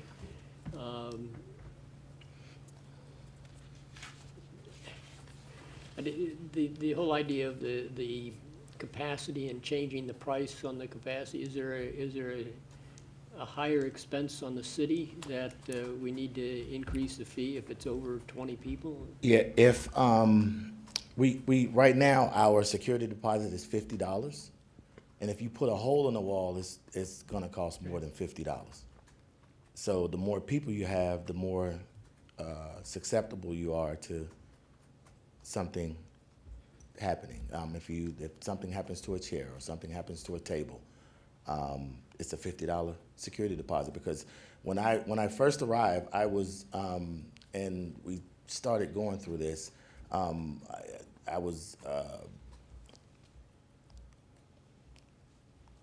it was understood that most of the rental space was to be used for meetings, and I got that from council, that it was meant for community meetings and things of that nature. So the fees were kept low because they wanted more community groups to use it, which is what should happen. So we want to make sure that it is affordable and attractive to the majority of the groups here in the city to actually use, but there are groups, because we do have resident and non-resident rates, there are groups that are outside the city that actually use it too. Right. It's just not city residents that actually use it. So when we come up with prices and deposits and things of that nature, we try to take that into account as well. So, but for years, the security deposit has been $50 for the space. Security deposit is 50, so if it's 20 or 50 people, it would still be $50. Yeah, if it's over the 20. And that seems reasonable with your explanation, and I guess the same is true for the insurance requirement, is because of yes, the same. Yeah, we didn't require insurance, but when I had started researching other jurisdictions in and around the area and across the country, most require insurance for their rentals. Because if something breaks, for instance, if something happens on the field, we have a sprinkler system. If our security deposit is $50, that's not going to repair anything on the sprinkler system. Yeah. And have you thought of it? Would a bond work as well, or is it just insurance? Can you repeat? I can't hear you. I'm Would sorry. a bond work as well as insurance, or in place of insurance? In other words, I have not checked into that, or I haven't found that in any of the research that I've any of the jurisdictions that I've researched. And I'm thinking about the sprinkler system, which you mentioned on the fields, Okay. that is a specific thing that if it breaks, it needs to be replaced. And I don't know even which would be cheaper for a group, a bond or an insurance policy. It's just a consideration. But back at Hefner Park, I'd like to continue to think about this, with the group, so it's just the price of the deposit that changes, or does it cost more money if you have more No, people? just the price of the deposit, and the deposit is refundable if everything checks out. All right. Yeah, the deposit. All of our deposits are refundable. We just received the price per hour for the rental. So we can try to get the council member to flip the price. I'll send them to you, Terry. All right, I'm sure I'll have some more things, but the main thing I was saying, the one key thing I was saying is I don't think we should be too focused on the parking. I think it's good to suggest to them or let them know that parking is a challenge, but I don't want to see us turning people away because of parking. Right. Madam Mayor, may I just add a comment? Go ahead. In answer to one of your questions, Councilmember Siemens, this material was all published last Thursday. Okay. So it's we my bad. just wanted to we felt it was important to get something, especially where there's an attachment and there's proposed changes. This, of course, is updating a document that a mayor and council approved in 2011, and it refreshes it, it updates the fees, and also addresses some of the other concerns that had come to the attention of the Department of Recreation. And I think and I believe from our tour and driving around, Greg was good enough to spend some real time with me. We went out to all the parks and visited Hefner, the building there. He pointed out to me that a lot of the neighbors had been upset with, with some of the events that happened because people were parking in front of driveways and maybe even into driveways and so forth. And it was, at least in those instances, creating a problem in the neighborhood. So we were trying to be sensitive to the residents that are immediately impacted. Nobody, I think, had any bad intentions, but whenever the larger events were occurring, would you say, Greg, I don't want to put words in your mouth, but I believe you'd said that part of the reference to the parking was some sensitivity to the immediate neighborhood. Yeah, and parking is not only, not just an issue at Hefner. We received the same complaints at Bell Ziegler. So we actually stopped having sports events at Bell Ziegler. We had the smaller, we used to have large soccer games that were there, and then we had to move to the smaller soccer games because they were, because of the parking issue, and we were getting complaints every week by the neighbors that were there with people parking in front of their driveways, and the police were getting called. So it was a lot. So we just adjusted it by cutting down on the number of games and then making sure that they were the smaller kids and not the older kids or in the larger teams and things of that nature. So there were some things that we've done to try and mitigate the situation, but it's just been a challenge. So Hefner's not the only. And certainly updating the fees makes sense. That's just, that's not making money, that's helping to cover costs. And the fees being updated, and I know you see a lot of green there, they're just being brought up to date to where we are. Mm-hmm. So those aren't new fees, or we aren't suggesting new fees. So except for the change in deposits from $50 to $250, where you see those. Sure, so that allows us to be more transparent. Yeah. Because in practice, we've been charging more, but if somebody went back to a source document, they'd say, hey, wait a minute, you overcharged me, and something that's 11, 12 years old. Clearly, our expenses grow over time, and so we try to do a little bit of keeping up with that. It's also not unusual, from my experience, for city recreation departments to have a different staffing ratio for teens and below, basically 18 and under in their events, than would be the case if they were adults. The supervisory ratio is I know there's some standards out there. I know you all looked at best practices, other examples of what other departments do, but it's certainly not unusual to have a different ratio, and that isn't to discriminate, of course, but it just is more of a reflection of the reality that sometimes it just requires a little bit more supervisory presence, when you have younger people. Mm-hmm. And some of that is for their safety. Yeah, I would just like to thank Director Clark and the city manager for making this document available to us early, and this is refreshing. Even if your council members aren't reading it, at least one of them is. Maybe we can change our habits too. Thank you. Thank you, Councilmember Siemens. Councilmember Gibson? Yeah, just a couple of quick questions, kind of on affordability. How much does insurance cost the residents? I know we have instructors that have to get $1 million worth of insurance, and I want to say I believe that's about $200 or $300 a year, somewhere around there. Is that? And I'm not sure how much single event insurance is. I can't. Yeah, I'm not able to speak on that. I guess. Yeah.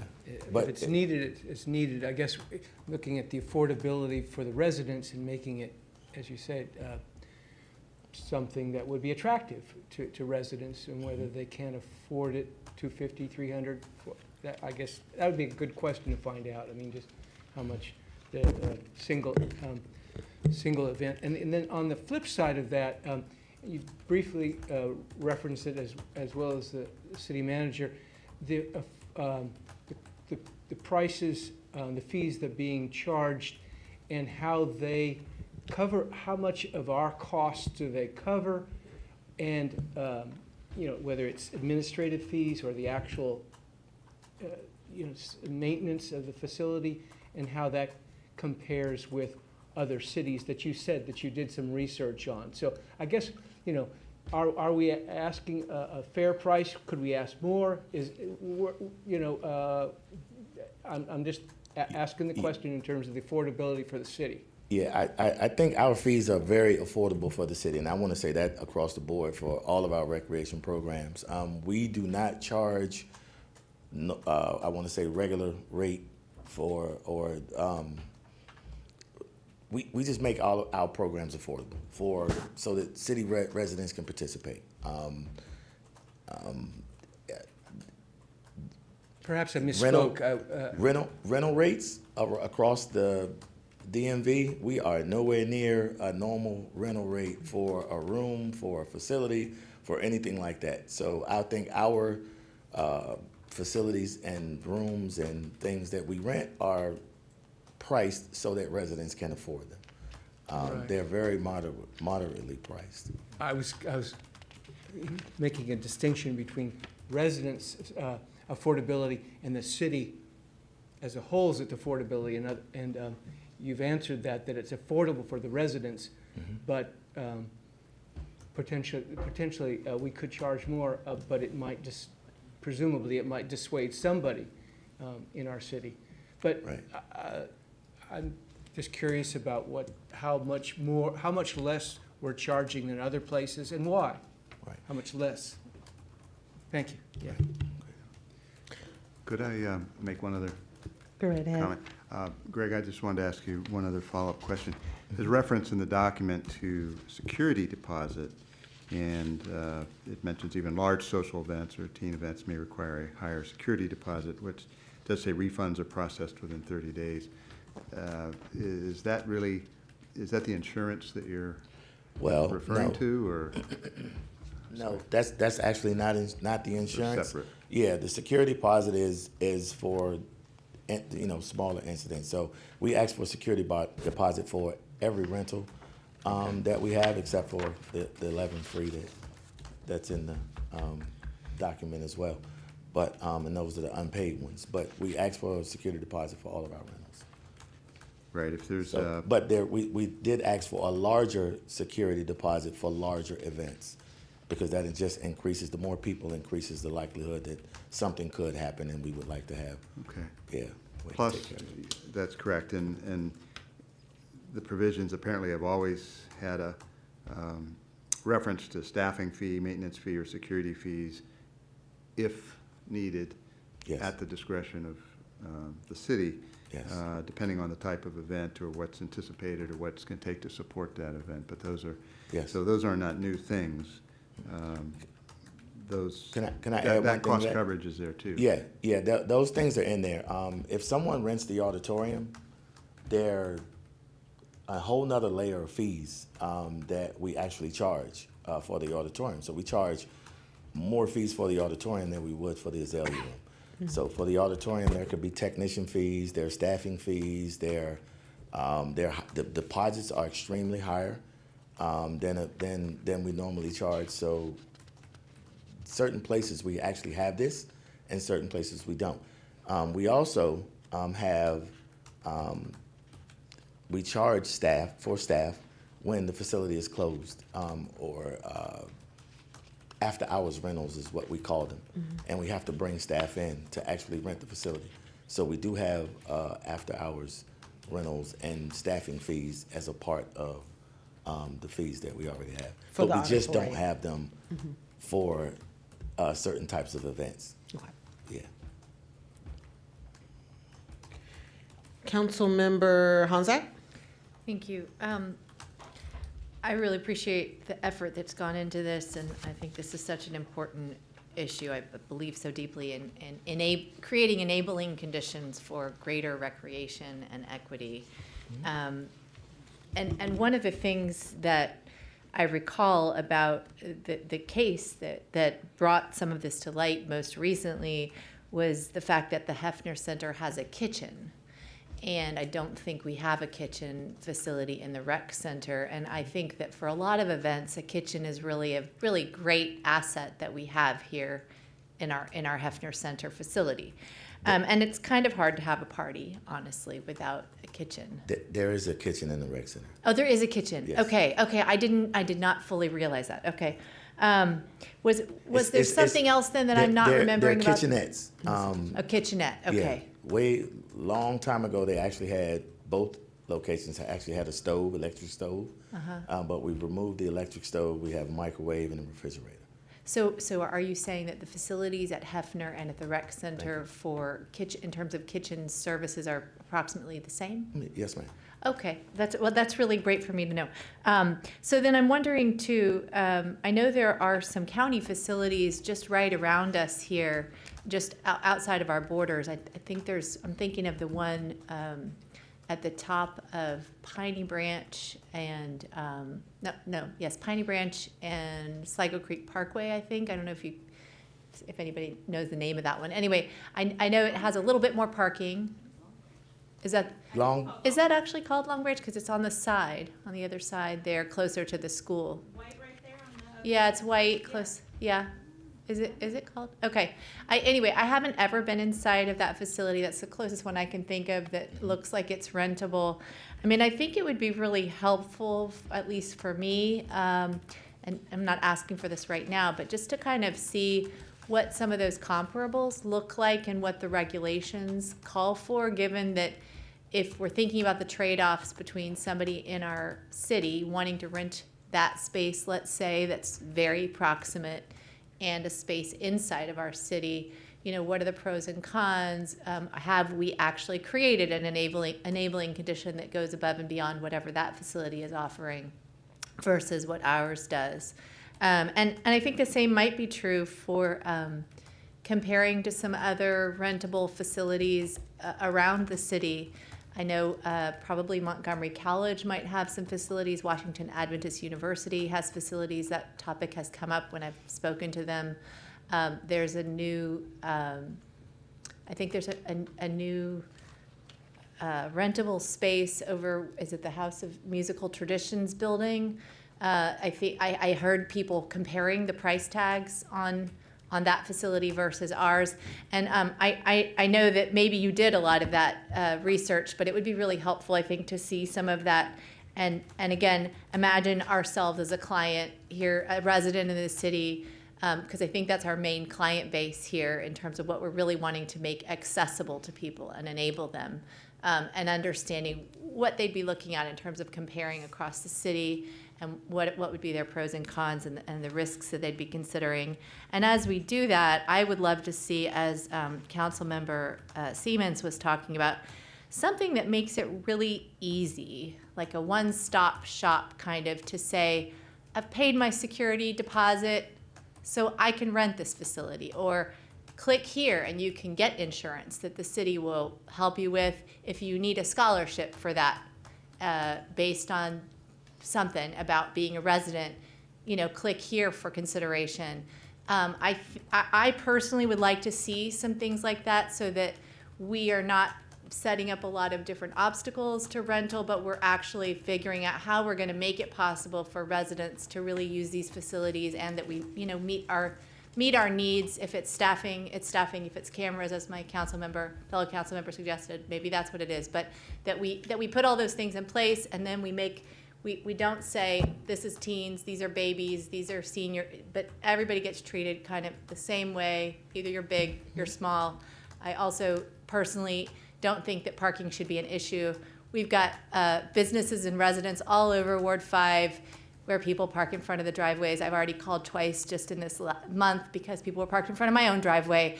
It's a reality of life, and I think we need to make recreation accessible. I don't like to hear that we're not having teenagers using a field because people are parking in front of driveways. That is not, to me, a healthy city.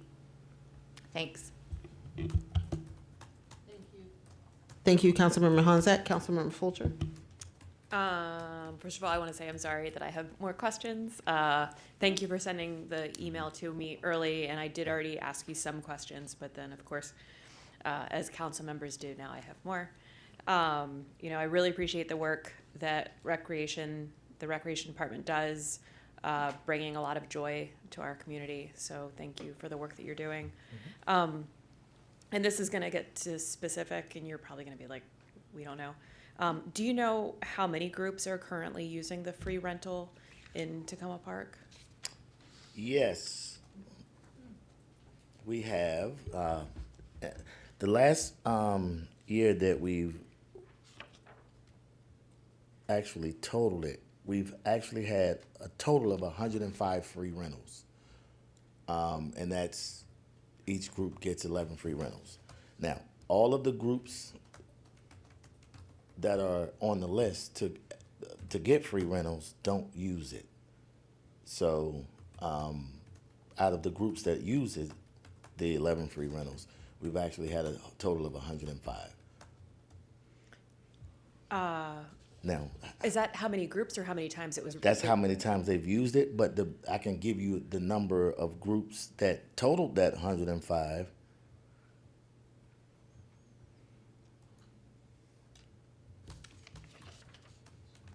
That's 23.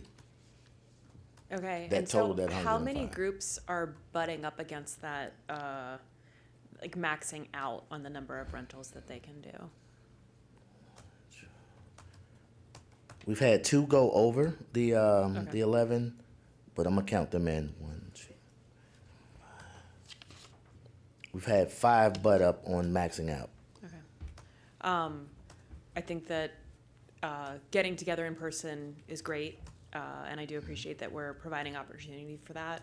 I would also understand if you, as the recreation staff, made the decision that you thought that maybe we could cut that number, because now that we have all learned how to use Zoom, do people need 11 rentals per year, or could we cut that back to like 9 rentals a year or 6 rentals a year? Yeah. And I would support you in figuring that out. I think that might be an action of council. Okay.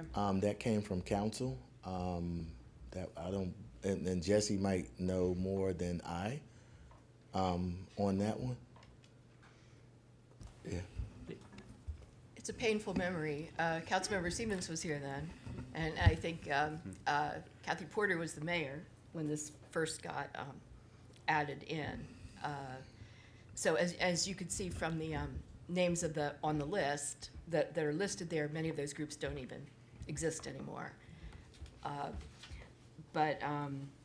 Yeah, it was the council at the time that put in that free rental policy. The 11 free rentals, and over the years it's been there have been community associations, scout troops, Groups that partner with the city, that receive money from the city. Independence Day Committee. Different others. committees. Mm-hmm. Yeah. Boys and Girl Scout troops. I appreciate that the previous council might have directed rec department in a way, but I would also, as you guys are the experts of what's going on in rec, if you guys made a recommendation, I would be ready to support you in whatever you felt might be right. But not all council members. Not all. Yeah, we could vote on it. I appreciate that there's the definitions of the recognized community groups are sort of not necessarily just nonprofit organizations, because we have other groups in the city that don't have the money to become a nonprofit group, and so I think that's good. And so my last place that I'm kind of stuck is on the staffing fee, because when we look at Hefner, there is no staffing fee, but it is it is always outside of staffing hours. Whereas at other facilities, we do charge a staffing fee because there are hours that they're staffed and there are hours where they're not staffed. And I really do appreciate that, trying to make sure that we have space for people to hold gatherings when their homes might not fit as many people as they're trying to have over. And I can support, making sure that continues to be something that we have for residents that can't necessarily afford to do bigger rental spaces outside of the city. But I can also understand, possibly trying to figure out the staff piece for Hefner, because it does kind of feel like a loophole where you don't have to get staff because it already doesn't have staff, whereas the other places, if you're renting outside of staff hours, you have to pay for staff. So, thank you. Thank you, Councilmember Fulcher. Councilmember DeBala.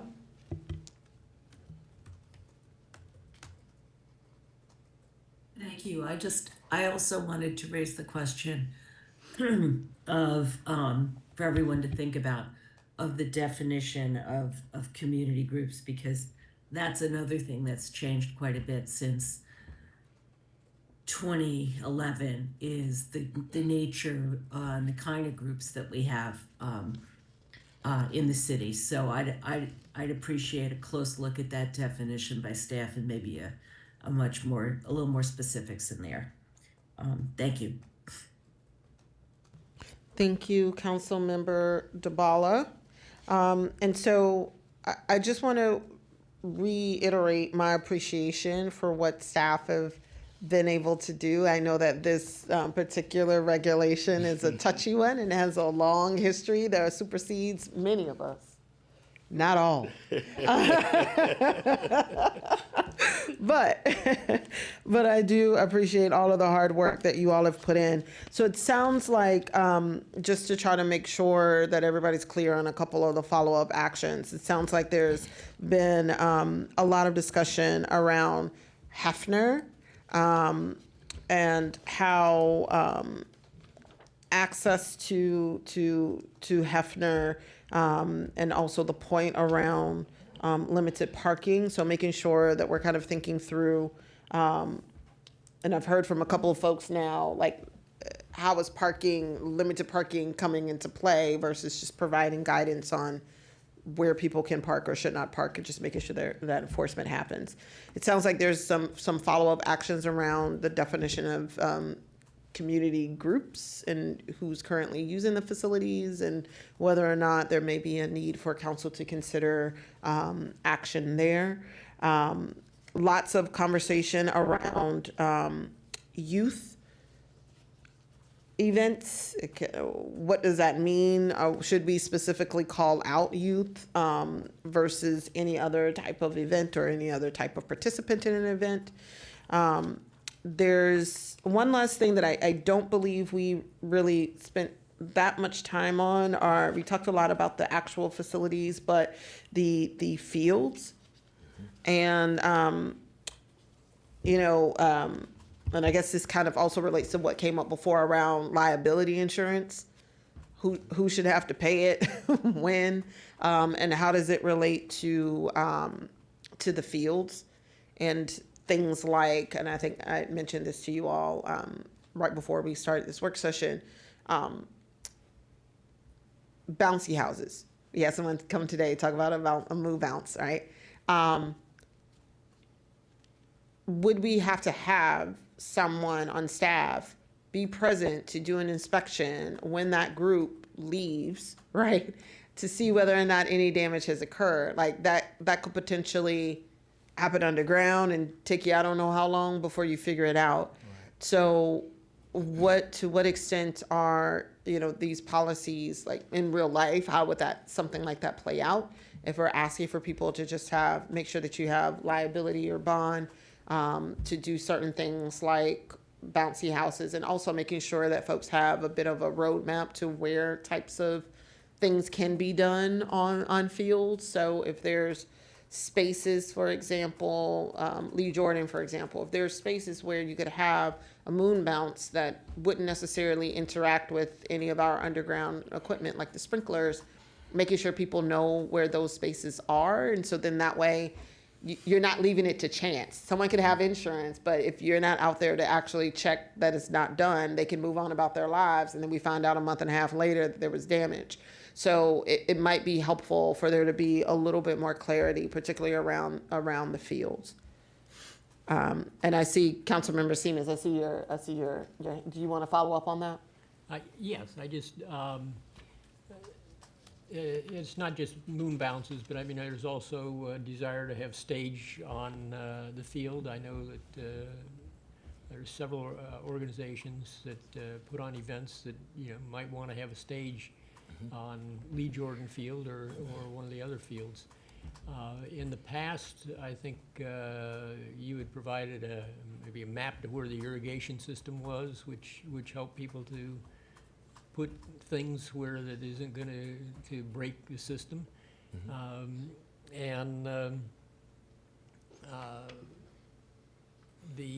think we need to specifically say that, some things can be such as moon bounces, that if you do use a moon bounce, maybe you can't drive stakes into the ground, but you could use sandbags to hold it down, things like, so there may be some requirements like that that would be appropriate for this.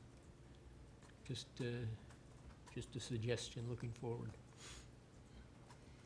And what is, I didn't see in this document, that was the one thing I was really looking for today was moon bounces?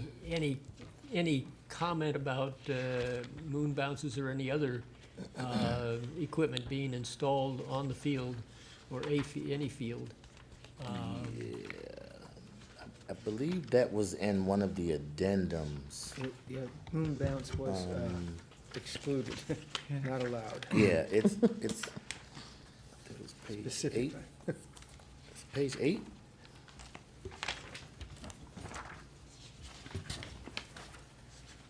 Number. There it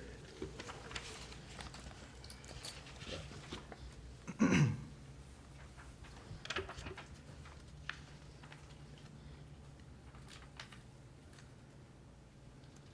Oh, here it is, no pony rides. Yeah, the page next to 8, the last second, bullet, yeah, right. the second to the last bottom. Yep. Second to the last bullet. Only sports and game equipment authorized by the city are used during the scheduled activity or event. No pony rides, moon bounces, or similar equipment permitted. And it doesn't speak to stages. Right. Anyways, I think, If- again, trying to be a community resource, I think that moon bounces are certainly something that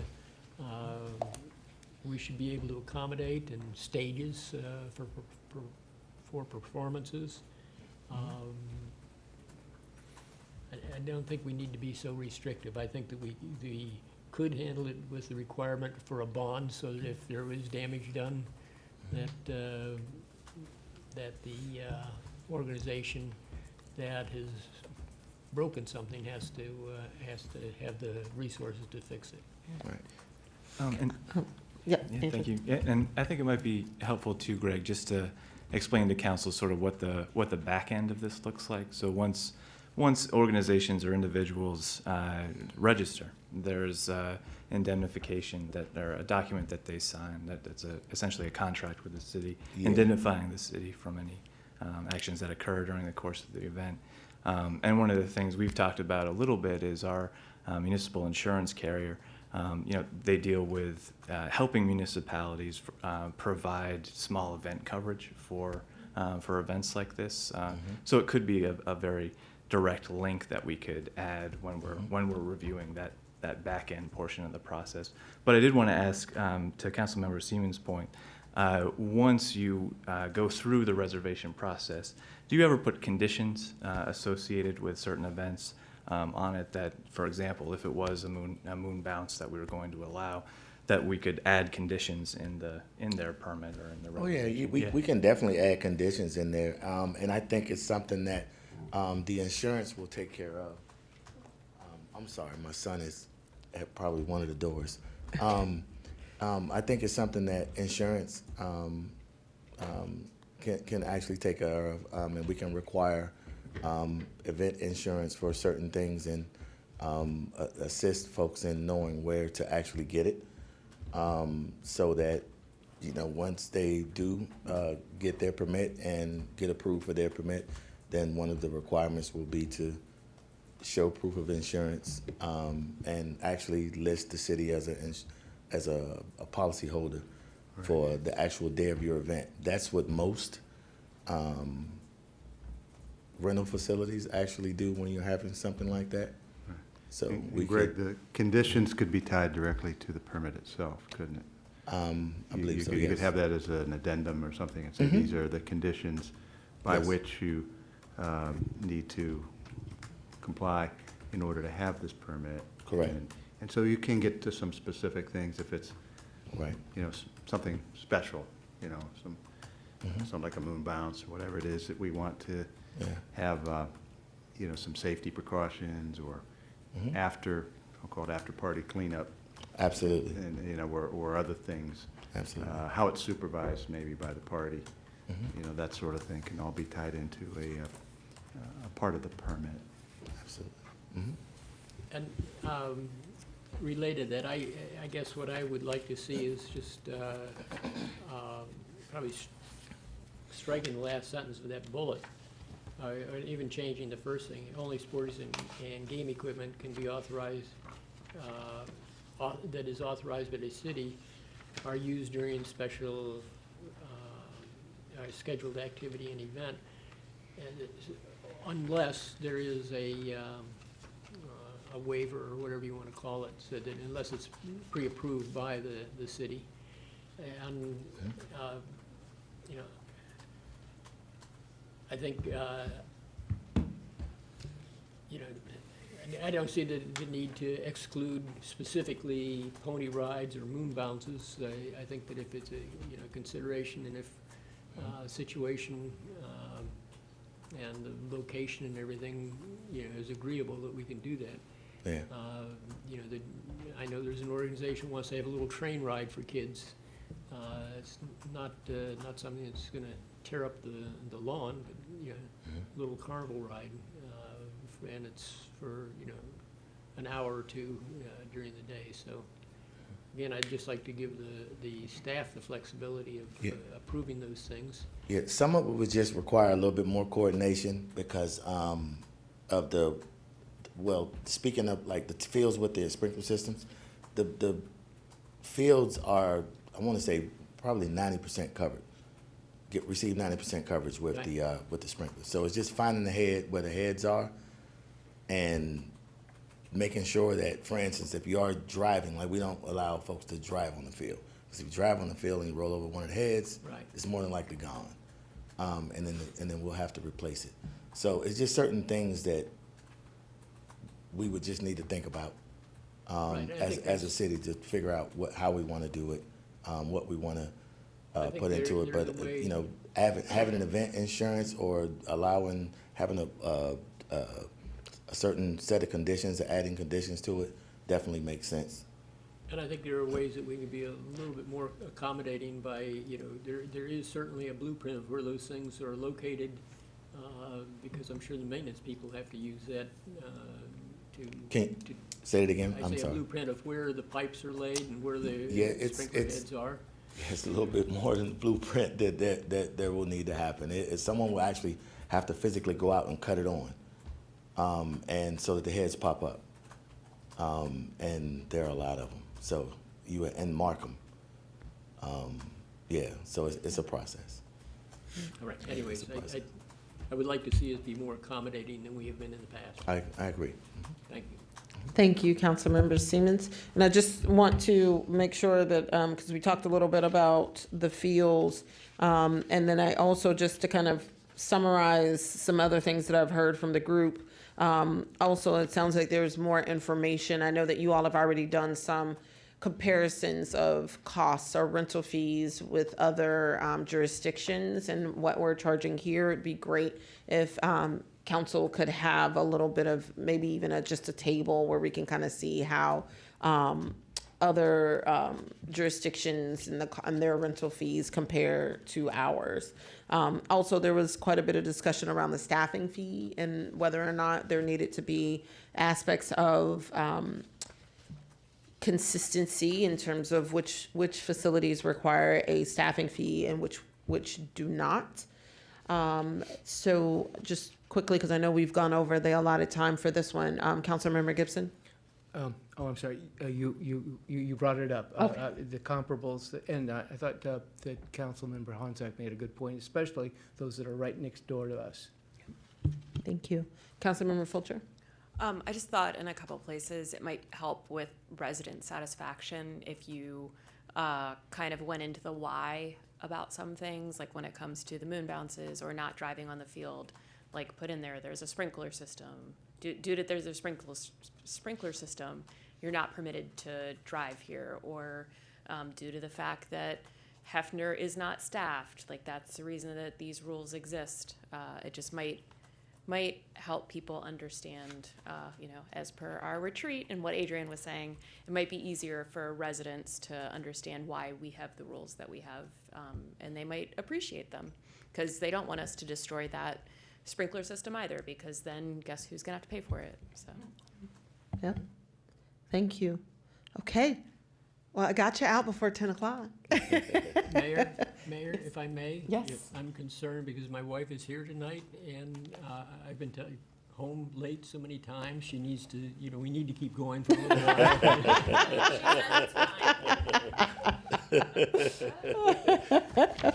Well, thank you both so much. And just to confirm next steps, so there will be some edits made to this. Will this come back to council? Okay. All right. And I believe this will also go to the city attorney as well. Okay. Wonderful. All right. Well, thank you so much. And I'm just going to motion for us to move forward with adjourning. Seconded. Thank you so much, Councilmember Gibson. Everybody have a good night.